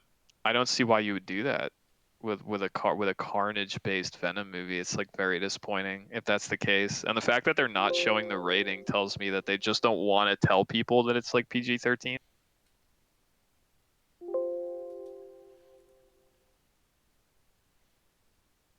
I'm trying to Google it now to see if I can find I the can't even find ratings. the rating on like IMDb. Yeah. I think I'm saying it's PG-13 unless I'm reading it wrong. Yeah, I mean it's not listed on IMDb and they don't say it in the trailer. I'm gonna assume it's PG-13, and that's like super disappointing, dude. Like not just for the violence either, because it opens up the door to what you can do like comically if this is trying to be a more of a comedy, which it kind of seems like it is, which is also kind of an odd choice, being that it's a Carnage-based movie. Um, but I don't know. PG-13 seems like such a waste of potential, and that's not because I'm like a fucking violence hound. That's like, oh, dude, it's gotta be. If there's no fucking people getting ripped apart by Carnage, my dick can't get hard, bro. And the movie's a 0 out of 10. Like that's not why. It's just like I feel like we've seen what you can do with an R-rated comic book movie with Deadpool. Not just in terms of it being violent, but like and like lending weight to the action scenes, but what you can do with the comedy and shit too when the movie's R rated. And it's like this movie is not going to have any of that, and it makes me think it's going to be kind of like just another redo of the first movie with a PG-13 rating, but the villain is Carnage now. I don't know. I wish I was more excited. Like if the purpose of a trailer is to get me hype, this one didn't really do it, and that's kind of disappointing. I don't know how y'all feel about it, but that's I my said hot. I reserve judgment. Um, I'll be. I'm in that category for the first one where I don't think it was a good movie, but I enjoyed it. It's like your Like my Star Wars, yeah. yeah, it's the equivalent of your Star Wars take. The movie was shit, but I liked it. I didn't think Venom was a shit movie. I enjoyed it I, too. I agree with you. I don't think it was shit either. I think it was not amazing. I don't think it was like I don't necessarily think Venom was good, but I wouldn't say it was bad either. It was very like middling. It had good moments, and then a lot of it was questionable. I think that it suffered where it didn't know where it wanted to take Venom because it's in that in between of wanting to make him like that semi crazy goofy Venom that we've seen in some comics, and then that kind of psycho murderous Venom that we've seen as well. Yeah, it seemed like the movie started out like he was supposed to be violent and threatening, and then like the character arc for to get the character to a place where he wasn't. You know what? I was thinking about this the other day, right? When Richie or whoever first posted this trailer, and I watched it. This is the first thought I had come to my mind because I had flashbacks to the first movie, right? And I was like, "There's a problem here with what Sony's done with Venom," and the problem is that since you've given him two of his own movies before ever introducing a Spider-Man, how the fuck do you get this version of Venom that's being used as a protagonist to like have a movie where he is antagonistic against a Spider-Man? How do you do that? The blip. Just like they do Batman v Superman or Kong versus Godzilla. So badly. Yes. Like you're saying. The blip is the Yes. only thing I can think of. Honestly. You think I'm joking? That is what's going to happen. That is my prediction. Shit.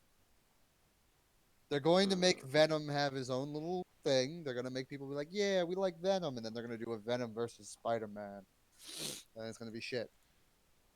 And Spider-Man's gonna have It's this like cool axe that's charged by Venom's Stop. energy.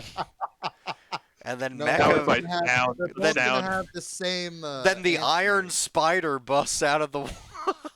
They have to team up. With sonic cannons. I mean, there's a lot of different ways. Like, let's live in a fantasy world where they let Tom Holland act with Tom Hardy in a fucking joint movie. There's a lot of ways they can go with that. It's just weird though, right? Like you guys understand what I'm saying though, right? Yes, It's just I get what weird. you're saying. It's weird to have two movies of characterization where you try to spin Venom from being an antagonist to a protagonist in a movie where he's operating as a good guy to some extent, and then Have him be like an anti-hero in the movie with Tom Holland. that's the other problem though, right? Is because now we have this characterization where Eddie Brock is like, don't eat people, and he's like, okay, feed me lots of pancakes, and it's like, haha, that's funny, but like, and only eat people if they're bad. Like, okay, but it's like I don't know. He's not operating like a Punisher level villain, where it's like, okay, the Punisher's murdering bad people, but damn, is he going about it in a fucked up way, where maybe some people are getting caught in the line of fire who might not deserve the absolute fucking hard murdering that he's giving them. It's like Venom's not really doing that in Venom these does movies. seem like he's eating people still. Granted, Yes, it's this eating is true. people. Well, it's easy. You just give him a watershed at like the beginning of the film where he fights Spider-Man, where he goes too far. And again, I'm implying that like all this Venom stuff happens when Spider-Man didn't exist. Yeah, we don't know the timeline of events, but um, it's just weird. It's But just hard. also, I don't know why they would do this, but we're also under the implication that it is Tom Hardy as Venom in that joint movie. They could just get someone else. They But could scrap all of this and just redo again. like, it's with a not new- hard to just like put the Venom symbiote on someone else. True.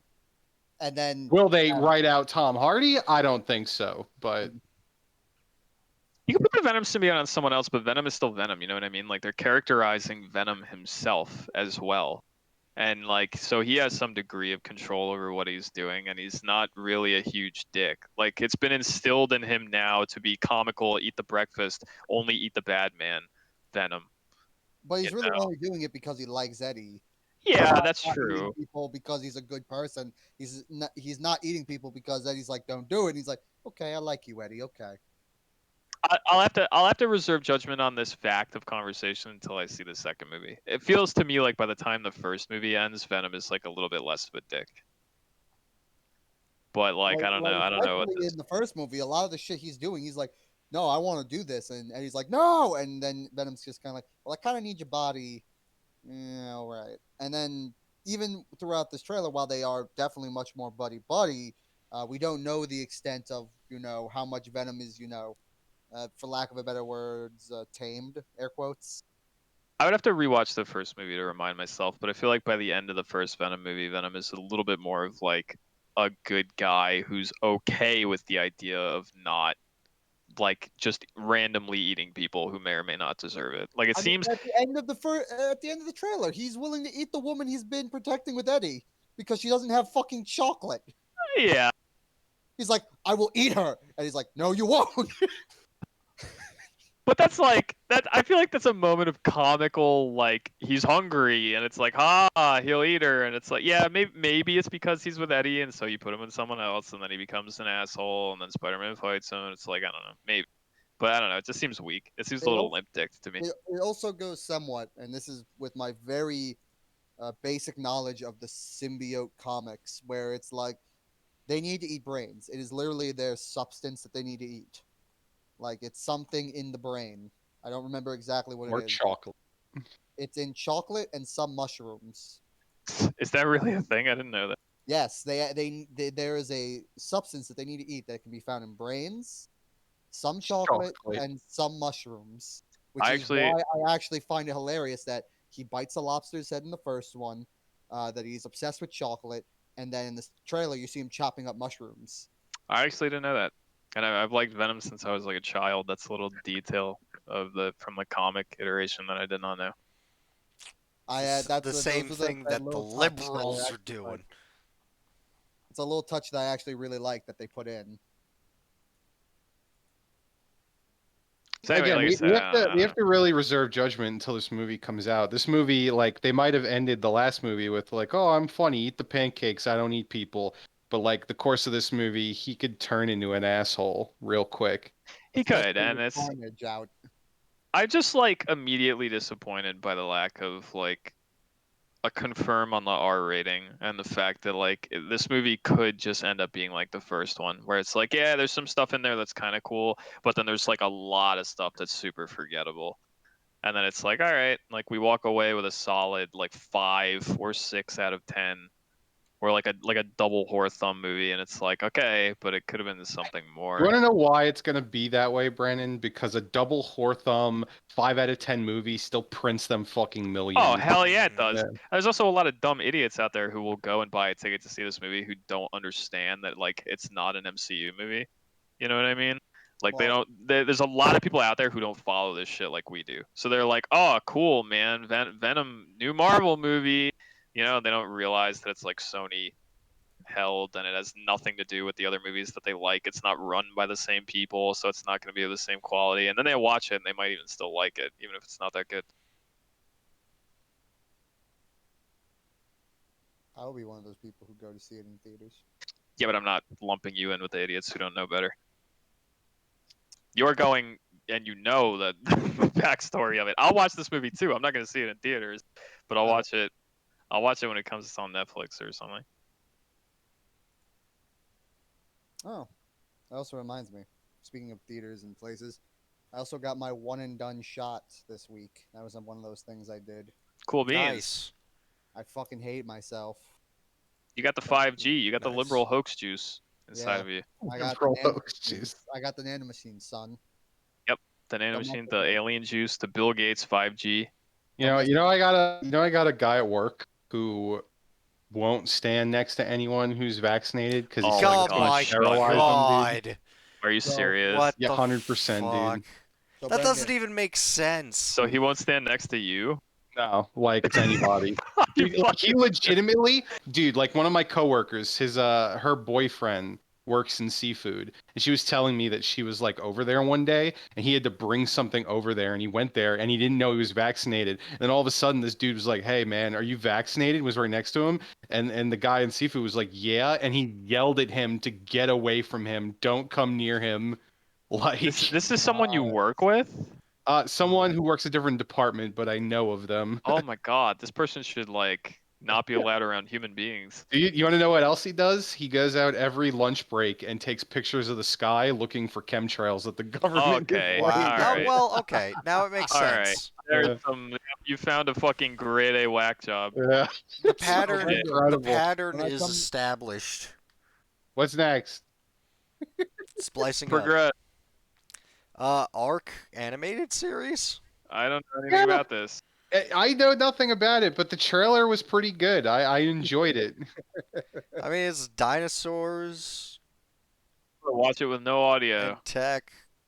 Listen, I pseudo despise Arc the game, but I do like the lore. Wait, why do you despise Arc the game as dinosaurs? You're all about that shit. Because he I doesn't got like an to arc go. thinking it was something it wasn't, so when I Yeah. played it, I was disappointed with it. Yeah.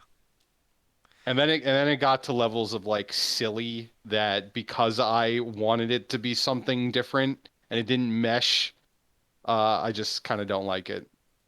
That makes sense. But I enjoyed the trailer. The animation looked good. It's very anime. Uh, Netflix getting on that fucking and I game-based mean the fight scene anime. was, I mean the fight in the trailer was cool. I enjoyed it. It's a weird game to make a animated series about, isn't it? Just Everyone's like a trying to diversify their money. like Just a like it doesn't cost too terribly much to get an animation done. well, yeah. There's another reason too why they're doing this. Remember, and that's because Vin Diesel is making the second one. Doesn't Vin Diesel like own Arc now? Isn't it Pretty like his much. studio? He Or is he owns just? it, but I thought it was like his studio or some Oh shit. yeah, That's I have like no idea. Yep, that's what it is. yeah. So like, how do you promote Arc 2 Make an anime. anime? Groot in it. And that too, but also He make an has anime. to make Groot-like creatures in the next arc. Or even better, it's just like they're doing the anime and they're like, oh, we have to meet the king, and it's just fucking Riddick, and he's like, you keep what you kill. Ark is just a planet in fucking Oh my Chronicles god, of that's what Riddick. the looting is. Is you keep what you kill. It is. It's fucking Furians. Shit. No, the keep what you kill thing was Oh, necromongers. I'm sorry. I mixed up my dumb named fake aliens. Sorry, I dig that Riddick lore. Not really, but I do know a little bit. No, I've watched all the Riddick movies myself, my friend. I really have not watched all the Riddick movies. I just really, really like what is it, Pitch Black or Pitch whatever. Black is Pitch Black awesome. is Holy good. fuck. Pitch Black is pretty good. I've not watched the Riddick movies, but I've seen Pitch Black. Did you know that Vin Diesel's title at Studio Wildcard is President of Creative Convergence?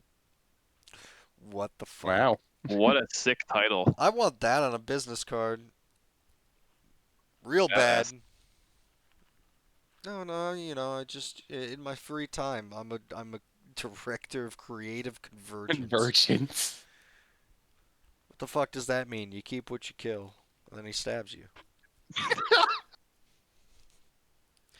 Oh God. Get hyped for the Arc anime. Yeah, I'm down, Hey, down for it, dude. KOF trailer. I'm gonna watch that while we talk about whatever the next fucking. Valve games coming to consoles. A lot of people Good. are making a big ado about what it is. Is Half-Life was gonna be? It's come on. It's shut up, you dumb people. All it is Valix is probably gonna go to like PS5 VR. That's it. Oh my God, That it is says going maybe on. Dota 2. What if they do crossplay in fucking Dota 2, dude? Oh, that'd be awesome. We can just slam console ass all day. That'd be pretty sweet. Slap console cheeks. How the fuck? How would you ever play Dota on a controller? Like with all the item No hockey idea. and the spells. Like what the fuck would that even be? It's like radial wheels within radial wheels. Move your pointer fast enough against someone using a mouse to like move your hero, or you need a. I don't think that's possible. I literally don't think you could play Dota Hold on a on. fucking console. No, anything is possible. Come on now. You can play a third-person shooter on a tablet with someone playing it on You can play PC. Smite on a console. Yeah, but do you play a? Yeah, but okay, but Smite plays differently. Smite is like, Smite's like a fucking third-person like action MOBA. It's like, What if they make you play the Dota in like the third person view? and also, you don't cross-play Smite, right? Like you can't play against console people. No, you crossplay Smite. Do you? I'm pretty sure you do. Yeah. Really? I'll look that up. But long story short, even if they're at a terrible disadvantage, who cares if they fucking buy the shit? Currently live with crossplay, cross progression across PC, Xbox, and Switch. All right, yeah, I guess it's got crossplay. But my point kind of stands that I think Smite's fine with that because it's more about like aim and shit as opposed to like you don't have item hotkeys and stuff in Smite other than like the two that you choose. those two what were they even called in the Smite? Like relics or whatever. And it was mostly about like aim and like just hitting your ability buttons. I can imagine that you can like in Dota you have to do all the clicking. There's the constant clicking. There's the moving your hero and casting your spells at the right time at the right place. And like imagine for a moment you're playing Listen, like I Legion honestly Commander on I controller. agree with you. I don't think it's possible, but hey, who knows, right? Imagine you're playing Legion Commander on controller and you're like, okay, I gotta press the attack myself, trigger armlet, blink, and then ult, and I have to do all that on an Xbox controller in like 3 seconds. How do you do that? How do you make that happen? I don't think you do. I don't know. Maybe console with no crossplay? That'd be interesting. Maybe? Is there a market for that? I don't know. Would people play Dota on an Xbox or PS5? Only against PS5 people? I don't know. I'm sure they would. I mean, I doubt it would be in big numbers, but I'm sure people would play it. Personally, I welcome the future of Dota 2 on consoles with crossplay. Just so they wind up in my games. And I can give them the old-fashioned Dota hello.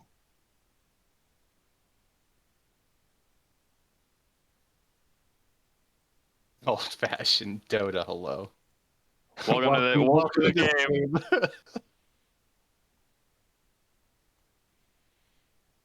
Look, the time we accidentally played with a Smurf in the guild, and then we stomped people who were like, "Yeah, this is our first match," and I legitimately felt horrible about that. Felt so bad. And then I kicked the Smurf from the guild. Were you there for that? Yeah, it was. Yeah, that was an experience. All right. Speaking of experiences, me and Robbie will have none for the next hour as the Total War trailer breakdown number 2. Oh wow, are we already? Yep. All right, That's I good. love Night. all of you. Goodbye, Robbie. It You was a can be quick free. night. I am excited for this trailer. One, give me your thoughts. My thoughts? Yeah. They mirror my Venom thoughts. Let's put it that way. I Really? I wasn't wowed by this trailer, honestly. I thought it was okay. Compared to trailers they've done in the past, I didn't find this one to be anything special. I will Nice. agree with you. It wasn't a blow my mind type trailer, but I think there was a lot of interesting stuff in it, and it wasn't bad. I don't want to. I Yeah, enjoyed I it a mean, lot. I've seen the freeze frames where people pointed out, like, look, Kislev might have snow leopards, and it's like, yeah, Oh okay, yeah. that's. But But the big things I wanted to touch on this was I'm just kind of clicking through it real quick. So, and this is a minor thing just because I'm clicking through it. The bear cav looks way different than it did in the trailer. I didn't like freeze frame on them. Or what it looked like when they were teased by Games Workshop for the old world. So I'm thinking it's possible. I don't know why they would do that creatively, unless it's a Regiment of Renown, like the cool looking polar bear tusk ones. Yeah, that's true. What was the first thing you were gonna say? Were you gonna say, or were you gonna imply that there was like unit variants or something like that with the bear cav? No, I mean I don't think. I mean, who knows, right? But I don't think so.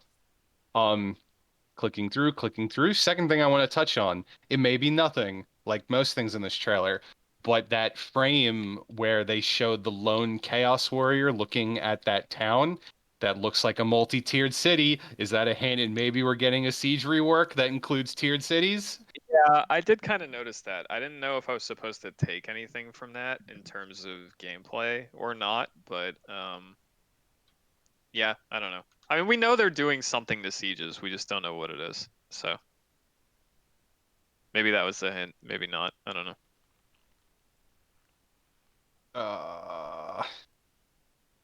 I guess more and more it's looking like that fallen god or dying god referenced in the Steam page or whatever is probably Urson. Yeah. Because big bear thing. I like the way the bear looked in this trailer, like the elemental Bear. Yeah. It looked better than it did. Honestly, it looked better than it did from far away in the gameplay tease. Like it just had more texture to it. It actually looked like moving like Earth with like ice and snow and shit sticking out of it, as opposed to like in the trailer, it almost looked just like Ice. translucent, Yeah. like Yeah. crystal ice. And I was like, I don't know. I didn't like it as much there. I liked it more here, where it appeared to have like texture and be a mound of Earth taken like bear form. That was very Yeah. neat. Agree. Got Also, basically it was comfort. huge. Like Yeah. when it Oh, runs the the thing is bloodthirster, giant. it looks bigger than the bloodthirster, Yeah. and I was It's like, what the fuck? fucking. It's fucking gigantic. Confirmation, I guess, on Furies being a unit. Blood Crushers. So we're gonna have Blood Crushers and Skull Crushers. I saw Furies as a unit coming from a mile away. Like Well, give yeah, him Harpy but fucking standing. it's very easy. I don't know if those hounds in the trailer are flesh hounds or just Chaos Warhounds. We don't really get a good look. I didn't even notice. So Uh, Corn Berserkers, possibly Chaos Warriors, with the great weapons or the halberd or whatever, but they all look corny. Get it? uh, Snow Leopard. That's interesting. That's new. yeah, I found it weird that there's like only one. I don't know what's up with Yeah, that. it seems like it's gonna be a single entity. It's very strange because I heard someone speculating that it's like, oh, is this a hint that they're gonna have like a unit of snow leopards, kind of like war lions or like a wolf unit from any other fucking race that has those? And it's like, but why would they only show one? Like running at the head of a unit by itself? Like why? That just doesn't seem like they'd be hinting at a larger unit of them. You know what I mean? Like why wouldn't they just show that This if it is was a like large unit? it's an in-engine trailer. I mean, I doubt that there is a unit. It's probably just a single entity. It's It's probably weird going to be a because single entity akin to like an ancient salamander or like the new brood horror or whatever. You know, like a low HP single entity that's a little cheaper. You know, yeah, cool. I mean, it concerns me because it might be dog shit, but I think, and this is what I've heard people say, its purpose, its role is gonna be just to get in there and fucking apply frostbite and slow everything down. But all who right, knows? it's interesting. Apparently, that even surprised content creators because I was listening to people go over this, and they're like, in the demo they had access that we're gonna see tomorrow. This is not in it, so they didn't even Okay, know this was coming. Uh, something too. Uh, the Kislev dude that keeps narrating throughout this, like his voice changes and you see him get all on fire and shit. I wonder if that's an allusion to possibly having our Chaos Warlords ascend to demonhood. do you think that's what that was? It could be. It could be nothing, but it could be. Is that an allusion to demon princes and maybe Uh, getting our characters to be them? you know, now that you say that, it's like that's probably what's gonna happen because you could just do that in a skill tree. Like, oh, I have a Chaos Lord, and in campaign, if I get him to a certain level and I put enough points into like a tree, or it'll be like mounts up at the top, but it'll be one that's like, does he hit like level 40? He's a Demon Prince now. I feel like that's well, Like, it could totally be that, and it might probably be that. I feel like that's really lazy. I would like a set of well, yeah, quests, almost like the like the Grail, the like Bretonia gets, you know, for their vows. yeah. I think that would be cool. It would be cool if it was a more intricate system. I'm just spitballing that like it could be something lazy like that, or it could be more involved. But yes, I could see them implementing something where you could turn a lord into a demon prince. I hadn't even thought of that, to be honest, until right now. But yeah, they could be doing that. And I think the one of the last things I want to touch on, again, this could be nothing. It could have just been scripted, but that Bloodthirster is flying, my friend. Yeah. Is he flying or like I feel like there was a couple ways you could take that because I saw people pointing out like, oh, this might be indicative of a flying rework, and it's like that would be pretty fucking cool, dude, because like it seems like he's not flying all the time, but then he's flying, and it's like, wow, dude, maybe we're getting like the flying system that we've always wanted. But it's like that also could have just been like a charge animation, couldn't it? At the end, I like don't when he's running the bear, and then he like sort of takes the, off. the, And the part for me that makes it like this possibly could be the flying rework is and it's very short when you watch it, but he's in the air. And again, it could just be scripted for the trailer, but it looks like he does some type of like hard land stomp animation. That could be the land button, you know? Like you hit the button and that's the animation he does for landing, and then he just does the normal run charge on the ground stuff. Because we don't see him in the air flying before just doing the stomp, but like that could totally be it. yeah, it could be. I would welcome a rework to the flying system. I'm not saying I don't want it. It's just it's possible that that's not what's going on, but maybe it is. And maybe we'll know tomorrow with the gameplay stuff. Wow, and yeah, I just again I'm clicking through it just to refresh my memory. Yeah, that bear is fucking huge. Yeah, it's chonk. Like It's chonk. in the screen, I have it paused. The bloodthirster is fully in the air, completely like in frame, and the bear is like only half in the frame. Yeah, it's chonky. And that's another thing. Like they said it's probably more than likely going to be a single entity unit you can take, but it kind of looks also like a spell. I don't know. Yeah, people have pointed that out too, that it could be. I personally think it's just going to be a unit you can take. I think this was just for the trailer, but I I mean don't it want could be a spell. I don't want it to be a spell. Like that shit always kind of sucks. Like I still to this day hate that like Krell is a spell. Um, that fucking crumbles eventually. Like if you have a bear unit that looks that dank, and you're like, yeah, it's a You really spell, it shouldn't, crumbles over time. Like please God, don't. unless they change summoning in this game for some reason. Yeah, they probably won't. So fuck. I hope that that's not what's going on. I hope it's a centerpiece unit. I think that would be an incredible centerpiece unit for the army. I hope they were just introducing it with a little flair. Like let's show it coming up out to Earth. Welcome to Yeah, Earth. it's And then like probably. it doesn't actually. Um, Also, the fucking brass citadel of corn.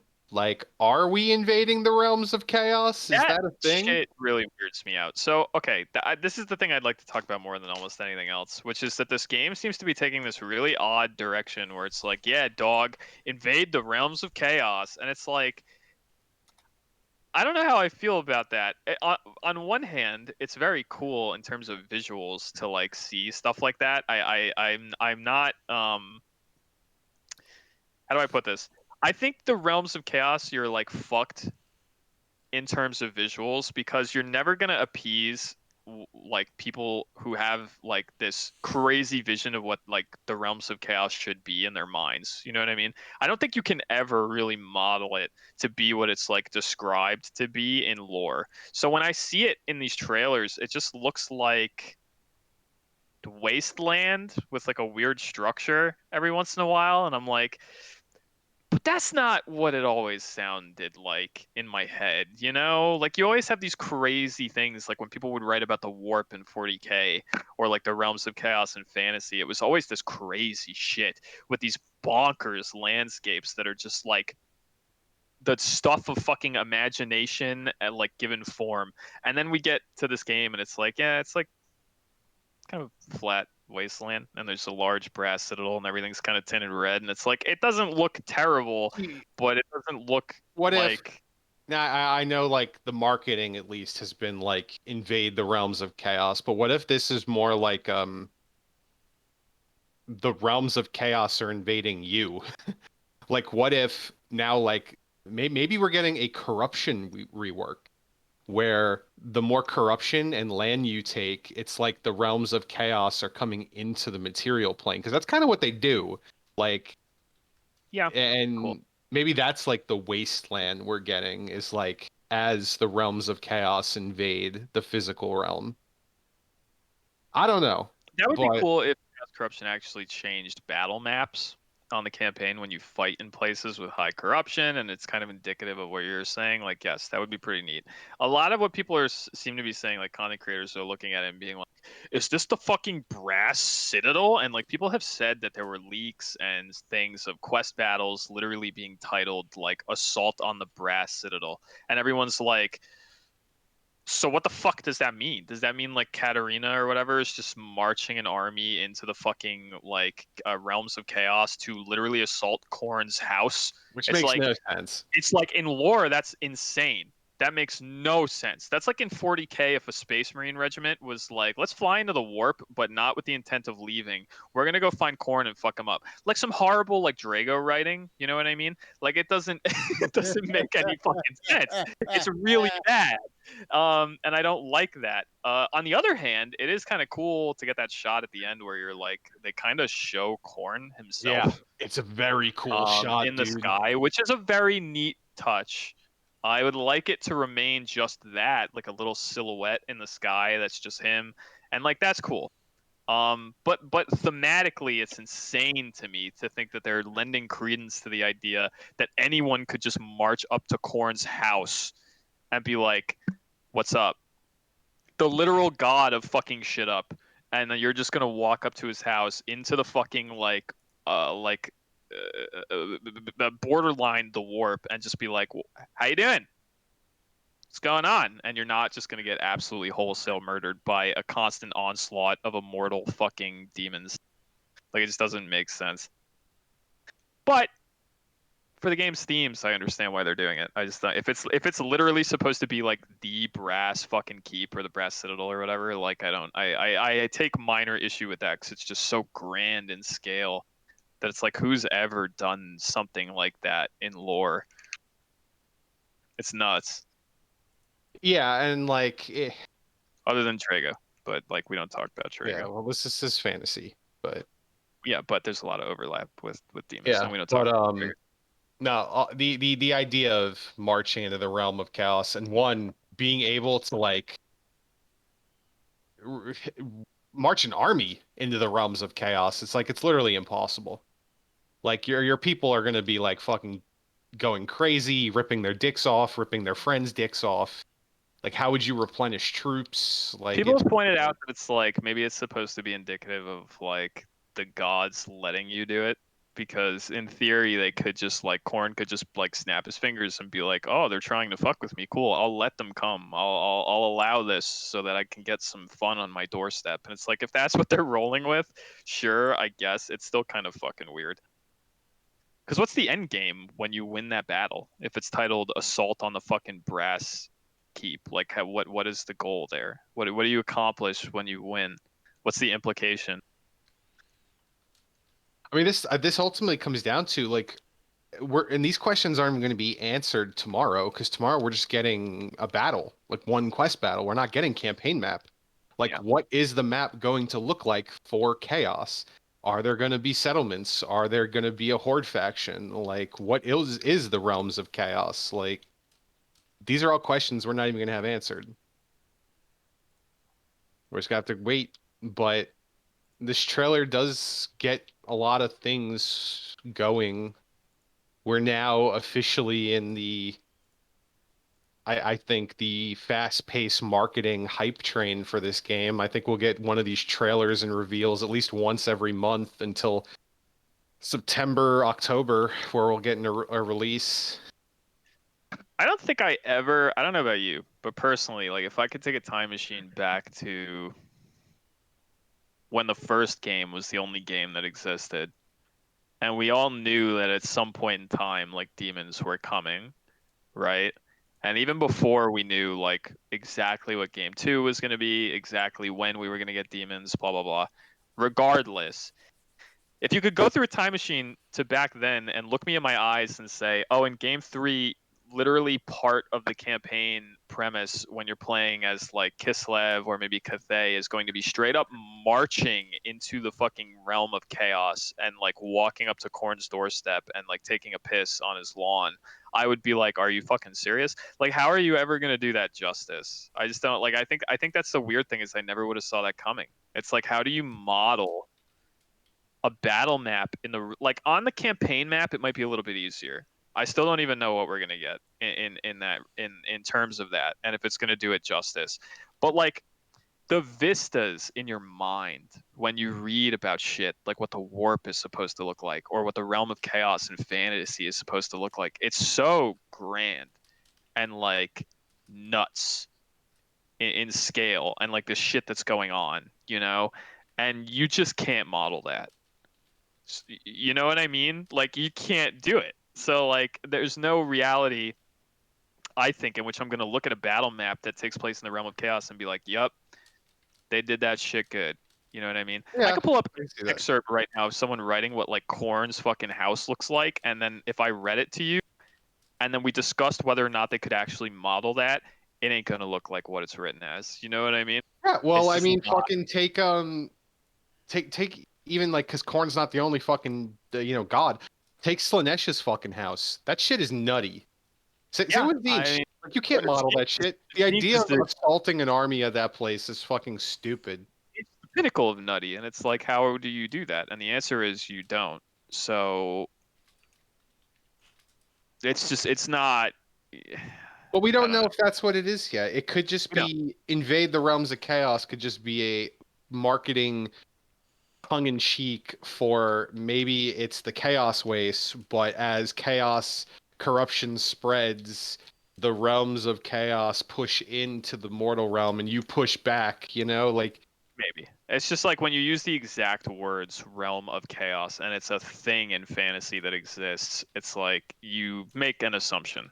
You yeah, know. but it could just be a marketing Um, ploy, dude. it could be. It could be a marketing play, but like I'm making the assumption because they're using the words. I'm not. They fucking are. So if they're gonna use the word realm of chaos, I'm gonna put two and two together and say that's a place. So I'm assuming they're referencing this. They're not wrong if they go under the premise that the realms of chaos are invading the mortal realm if you invade Right. them. Beautiful loophole. You're not. You're Yeah. not wrong. I should work for Creative Assembly. Where's my fucking Uh, check? damn, would that be disappointing? Would that be? Because I feel like that's probably the more sane option that makes the most sense.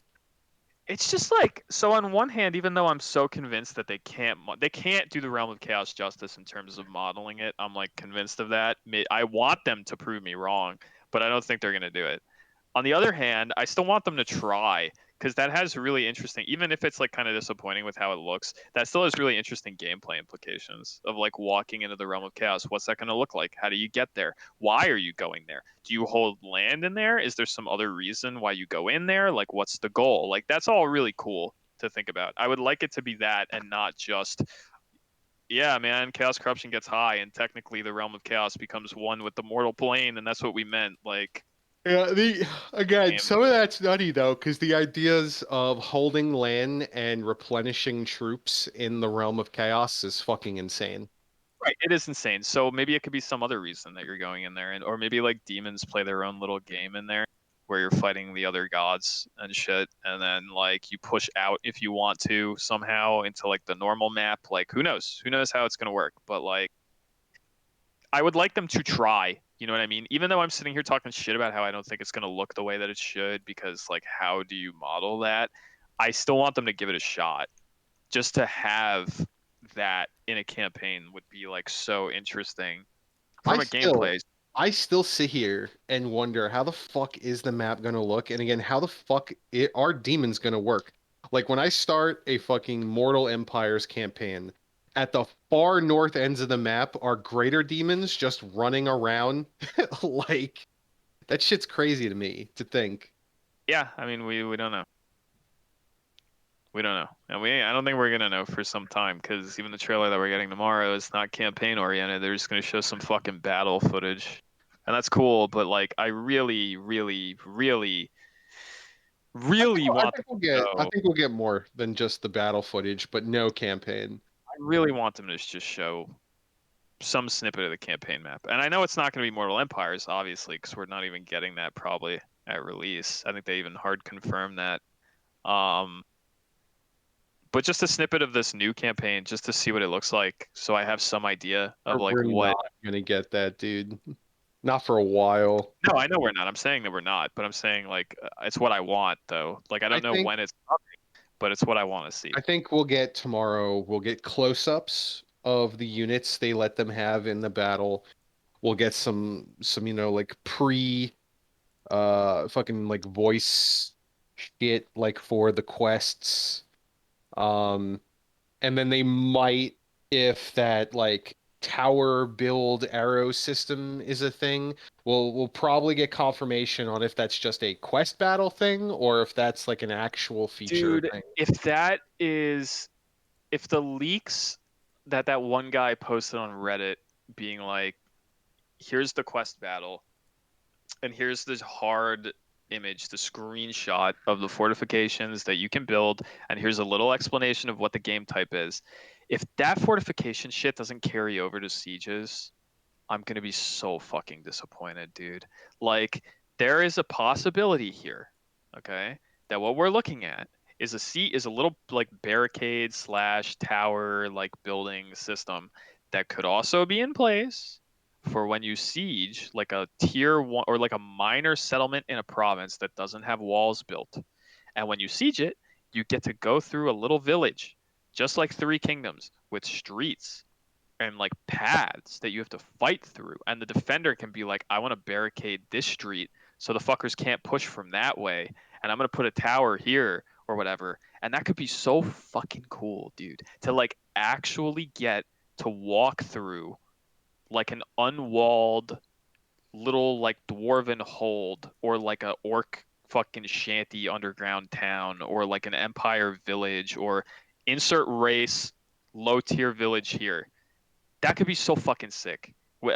In combination with this barricade stuff, that could be amazing. And it could be what they're hinting at, or it's not going to get used for that at all. And it's just for that quest battle, and we don't see it in any other capacity.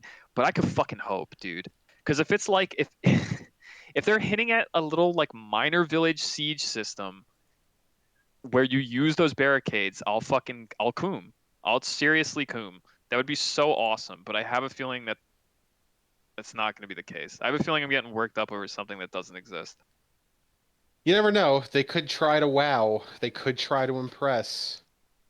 I really hope, dude. I don't think it's going to be the case, though. I mean, it would give them like if it is the case, they have a little more time to like model the low tier village settlements for the other races. Maybe unless they're going to be like, because we don't know how many of them are going to be on the new campaign map. We could assume that maybe some of them might be because it was like that with the Vortex campaign, where it was like, yeah, there's like a dwarf minor faction over here, even though they're not playable at game start. Blah blah blah. So like maybe in like game three, the campaign map might be like, yep, there's some Skaven chilling right there and whatever. So like maybe they'd have to model some of it for game three, but maybe they could get away with not, and that would be like Mortal Empires comes around, they have some more time to figure out like what does an empire like low tier little village look like when you're marching through its streets and building barricades and shit like that. What does an orc one look like? Blah blah blah, so on and so forth. I can hope. I can hope that they're implementing that. They're probably not, but I can fucking hope. That would be so cool.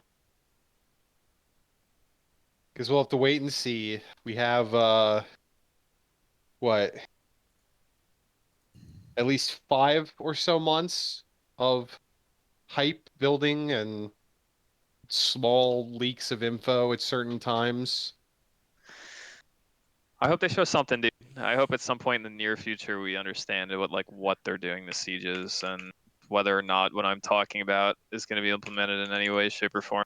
It's Warhammer and Warhammer 2 are so interesting because you can see it's there's never been a total war game quite like it where you can see where the budget went, right? Like you can see where it went to modeling certain like aspects of the campaign map.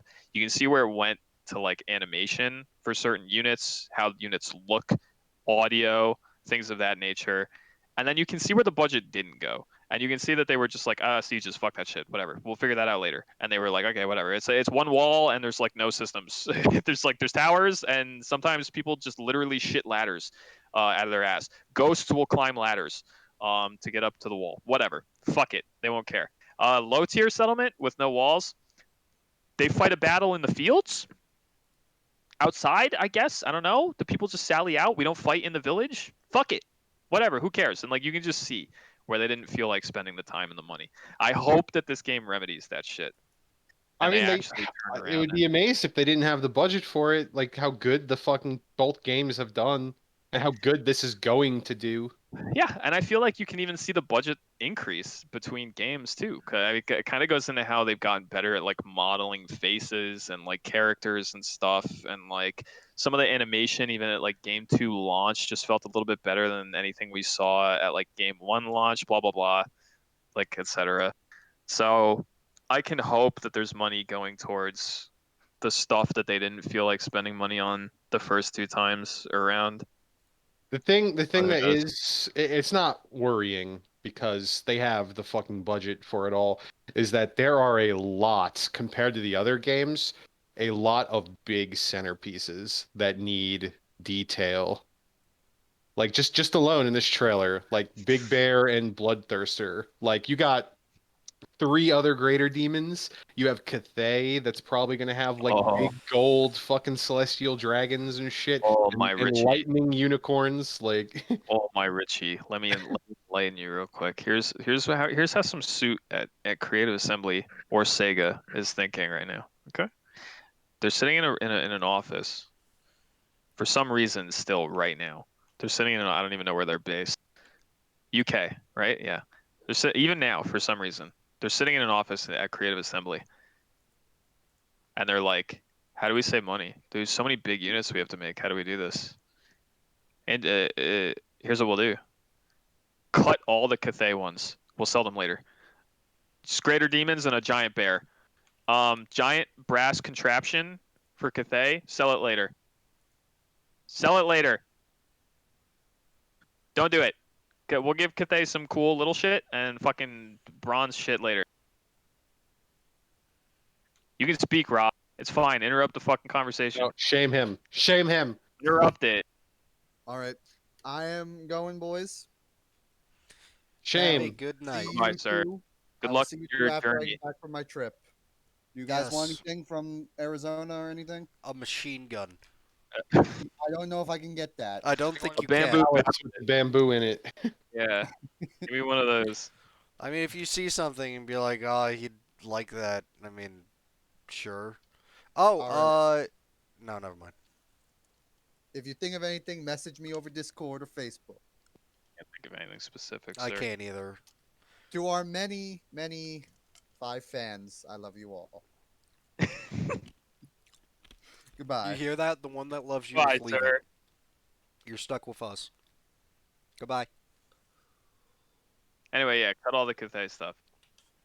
Yeah, you know it's not gonna happen, No, dude. it's Like gonna happen. Cut all. they're a base faction. I mean, fucking Kislev's getting this big bear. There's greater demons. They're gonna have something to make them like, ooh, look sparkly. Cut all of it. It's just Ganyu. It's just a small Guan Yu. man just fucking stabbing a bloodthirster through her heart. They don't need to be big. They're Dude, small. I'm almost guaranteeing that we're gonna see a big fucking gold Chinese celestial dragon as the fucking centerpiece. Possibly lightning unicorns. That would be really dank, but are they gonna do that, or are they gonna sell the dragon later and give us a large brass contraption at game launch? I don't don't even know know. what a large brass contraption is. Like the big statues that they've written about in lore. They had giga brass statues that plugged up the holes in the fucking Great Wall, and some of them were giga gigantic and fucked Their shit up. ultimate how the unit lore is the Great Wall.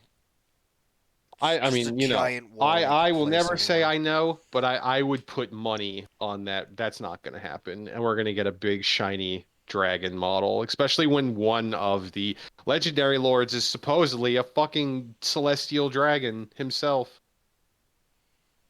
Yeah, supposedly. The way that was always written in lore is that it might not be. like the case. It's like possible. I would like to think that he is, and that they confirm that with this. Also, Monkey King. Yep, I was about to say Son Goku. Can't He wait, dude. might actually get in. Yeah, I'm gonna play Dota and fucking Warhammer 3. I'm Yeah. very excited. I'm trying to Bonk think him of with the staff. other. I mean, the whole Journey to the West thing. So there could be a fish guy.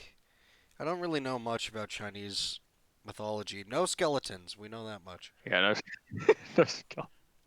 Did you know? I was recently made aware.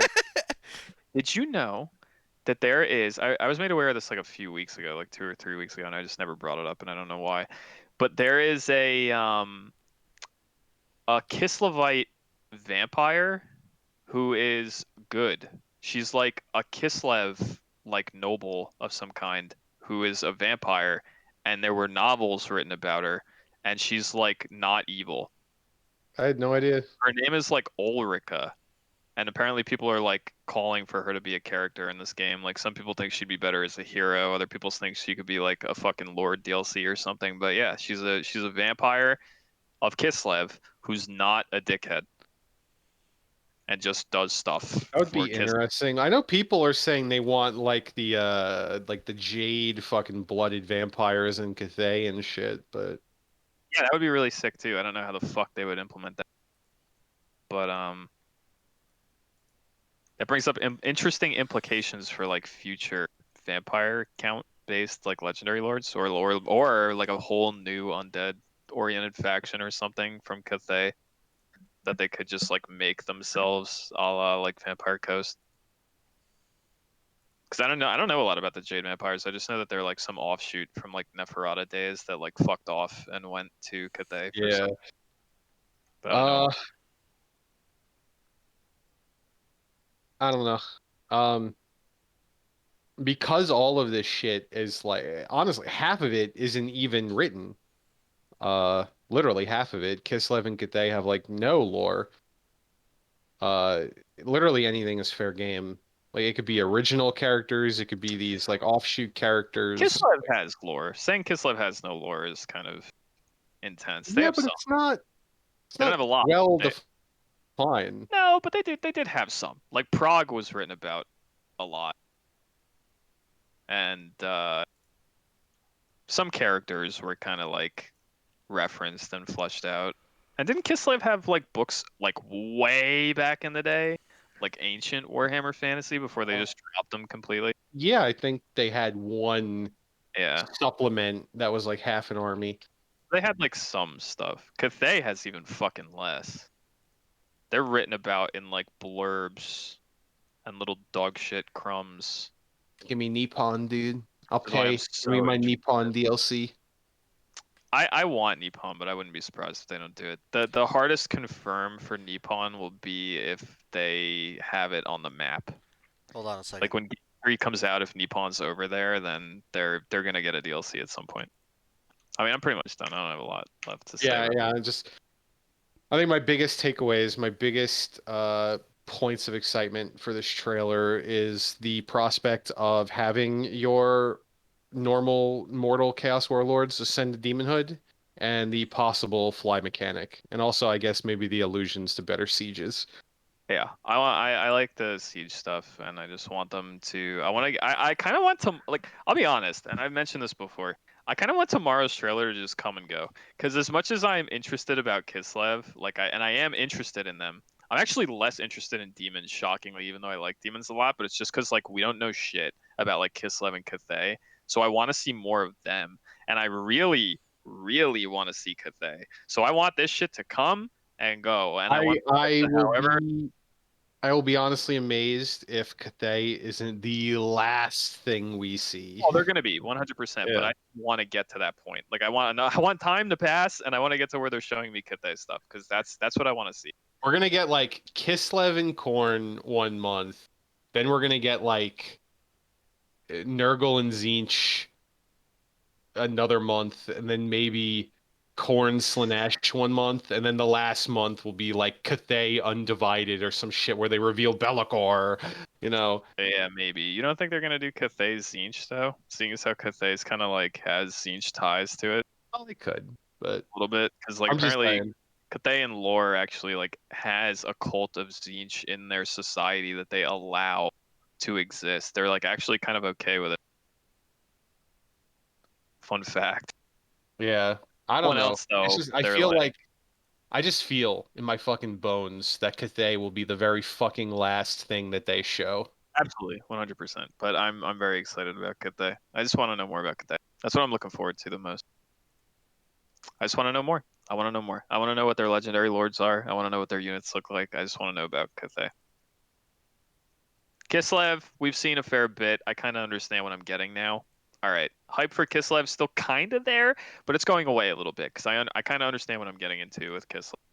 Demons, I've been looking at Demons tabletop models for fucking years, and as well as their depictions in certain games. I kind of know what I'm getting with Demons. It's cool to see them in action, but I know what I'm getting.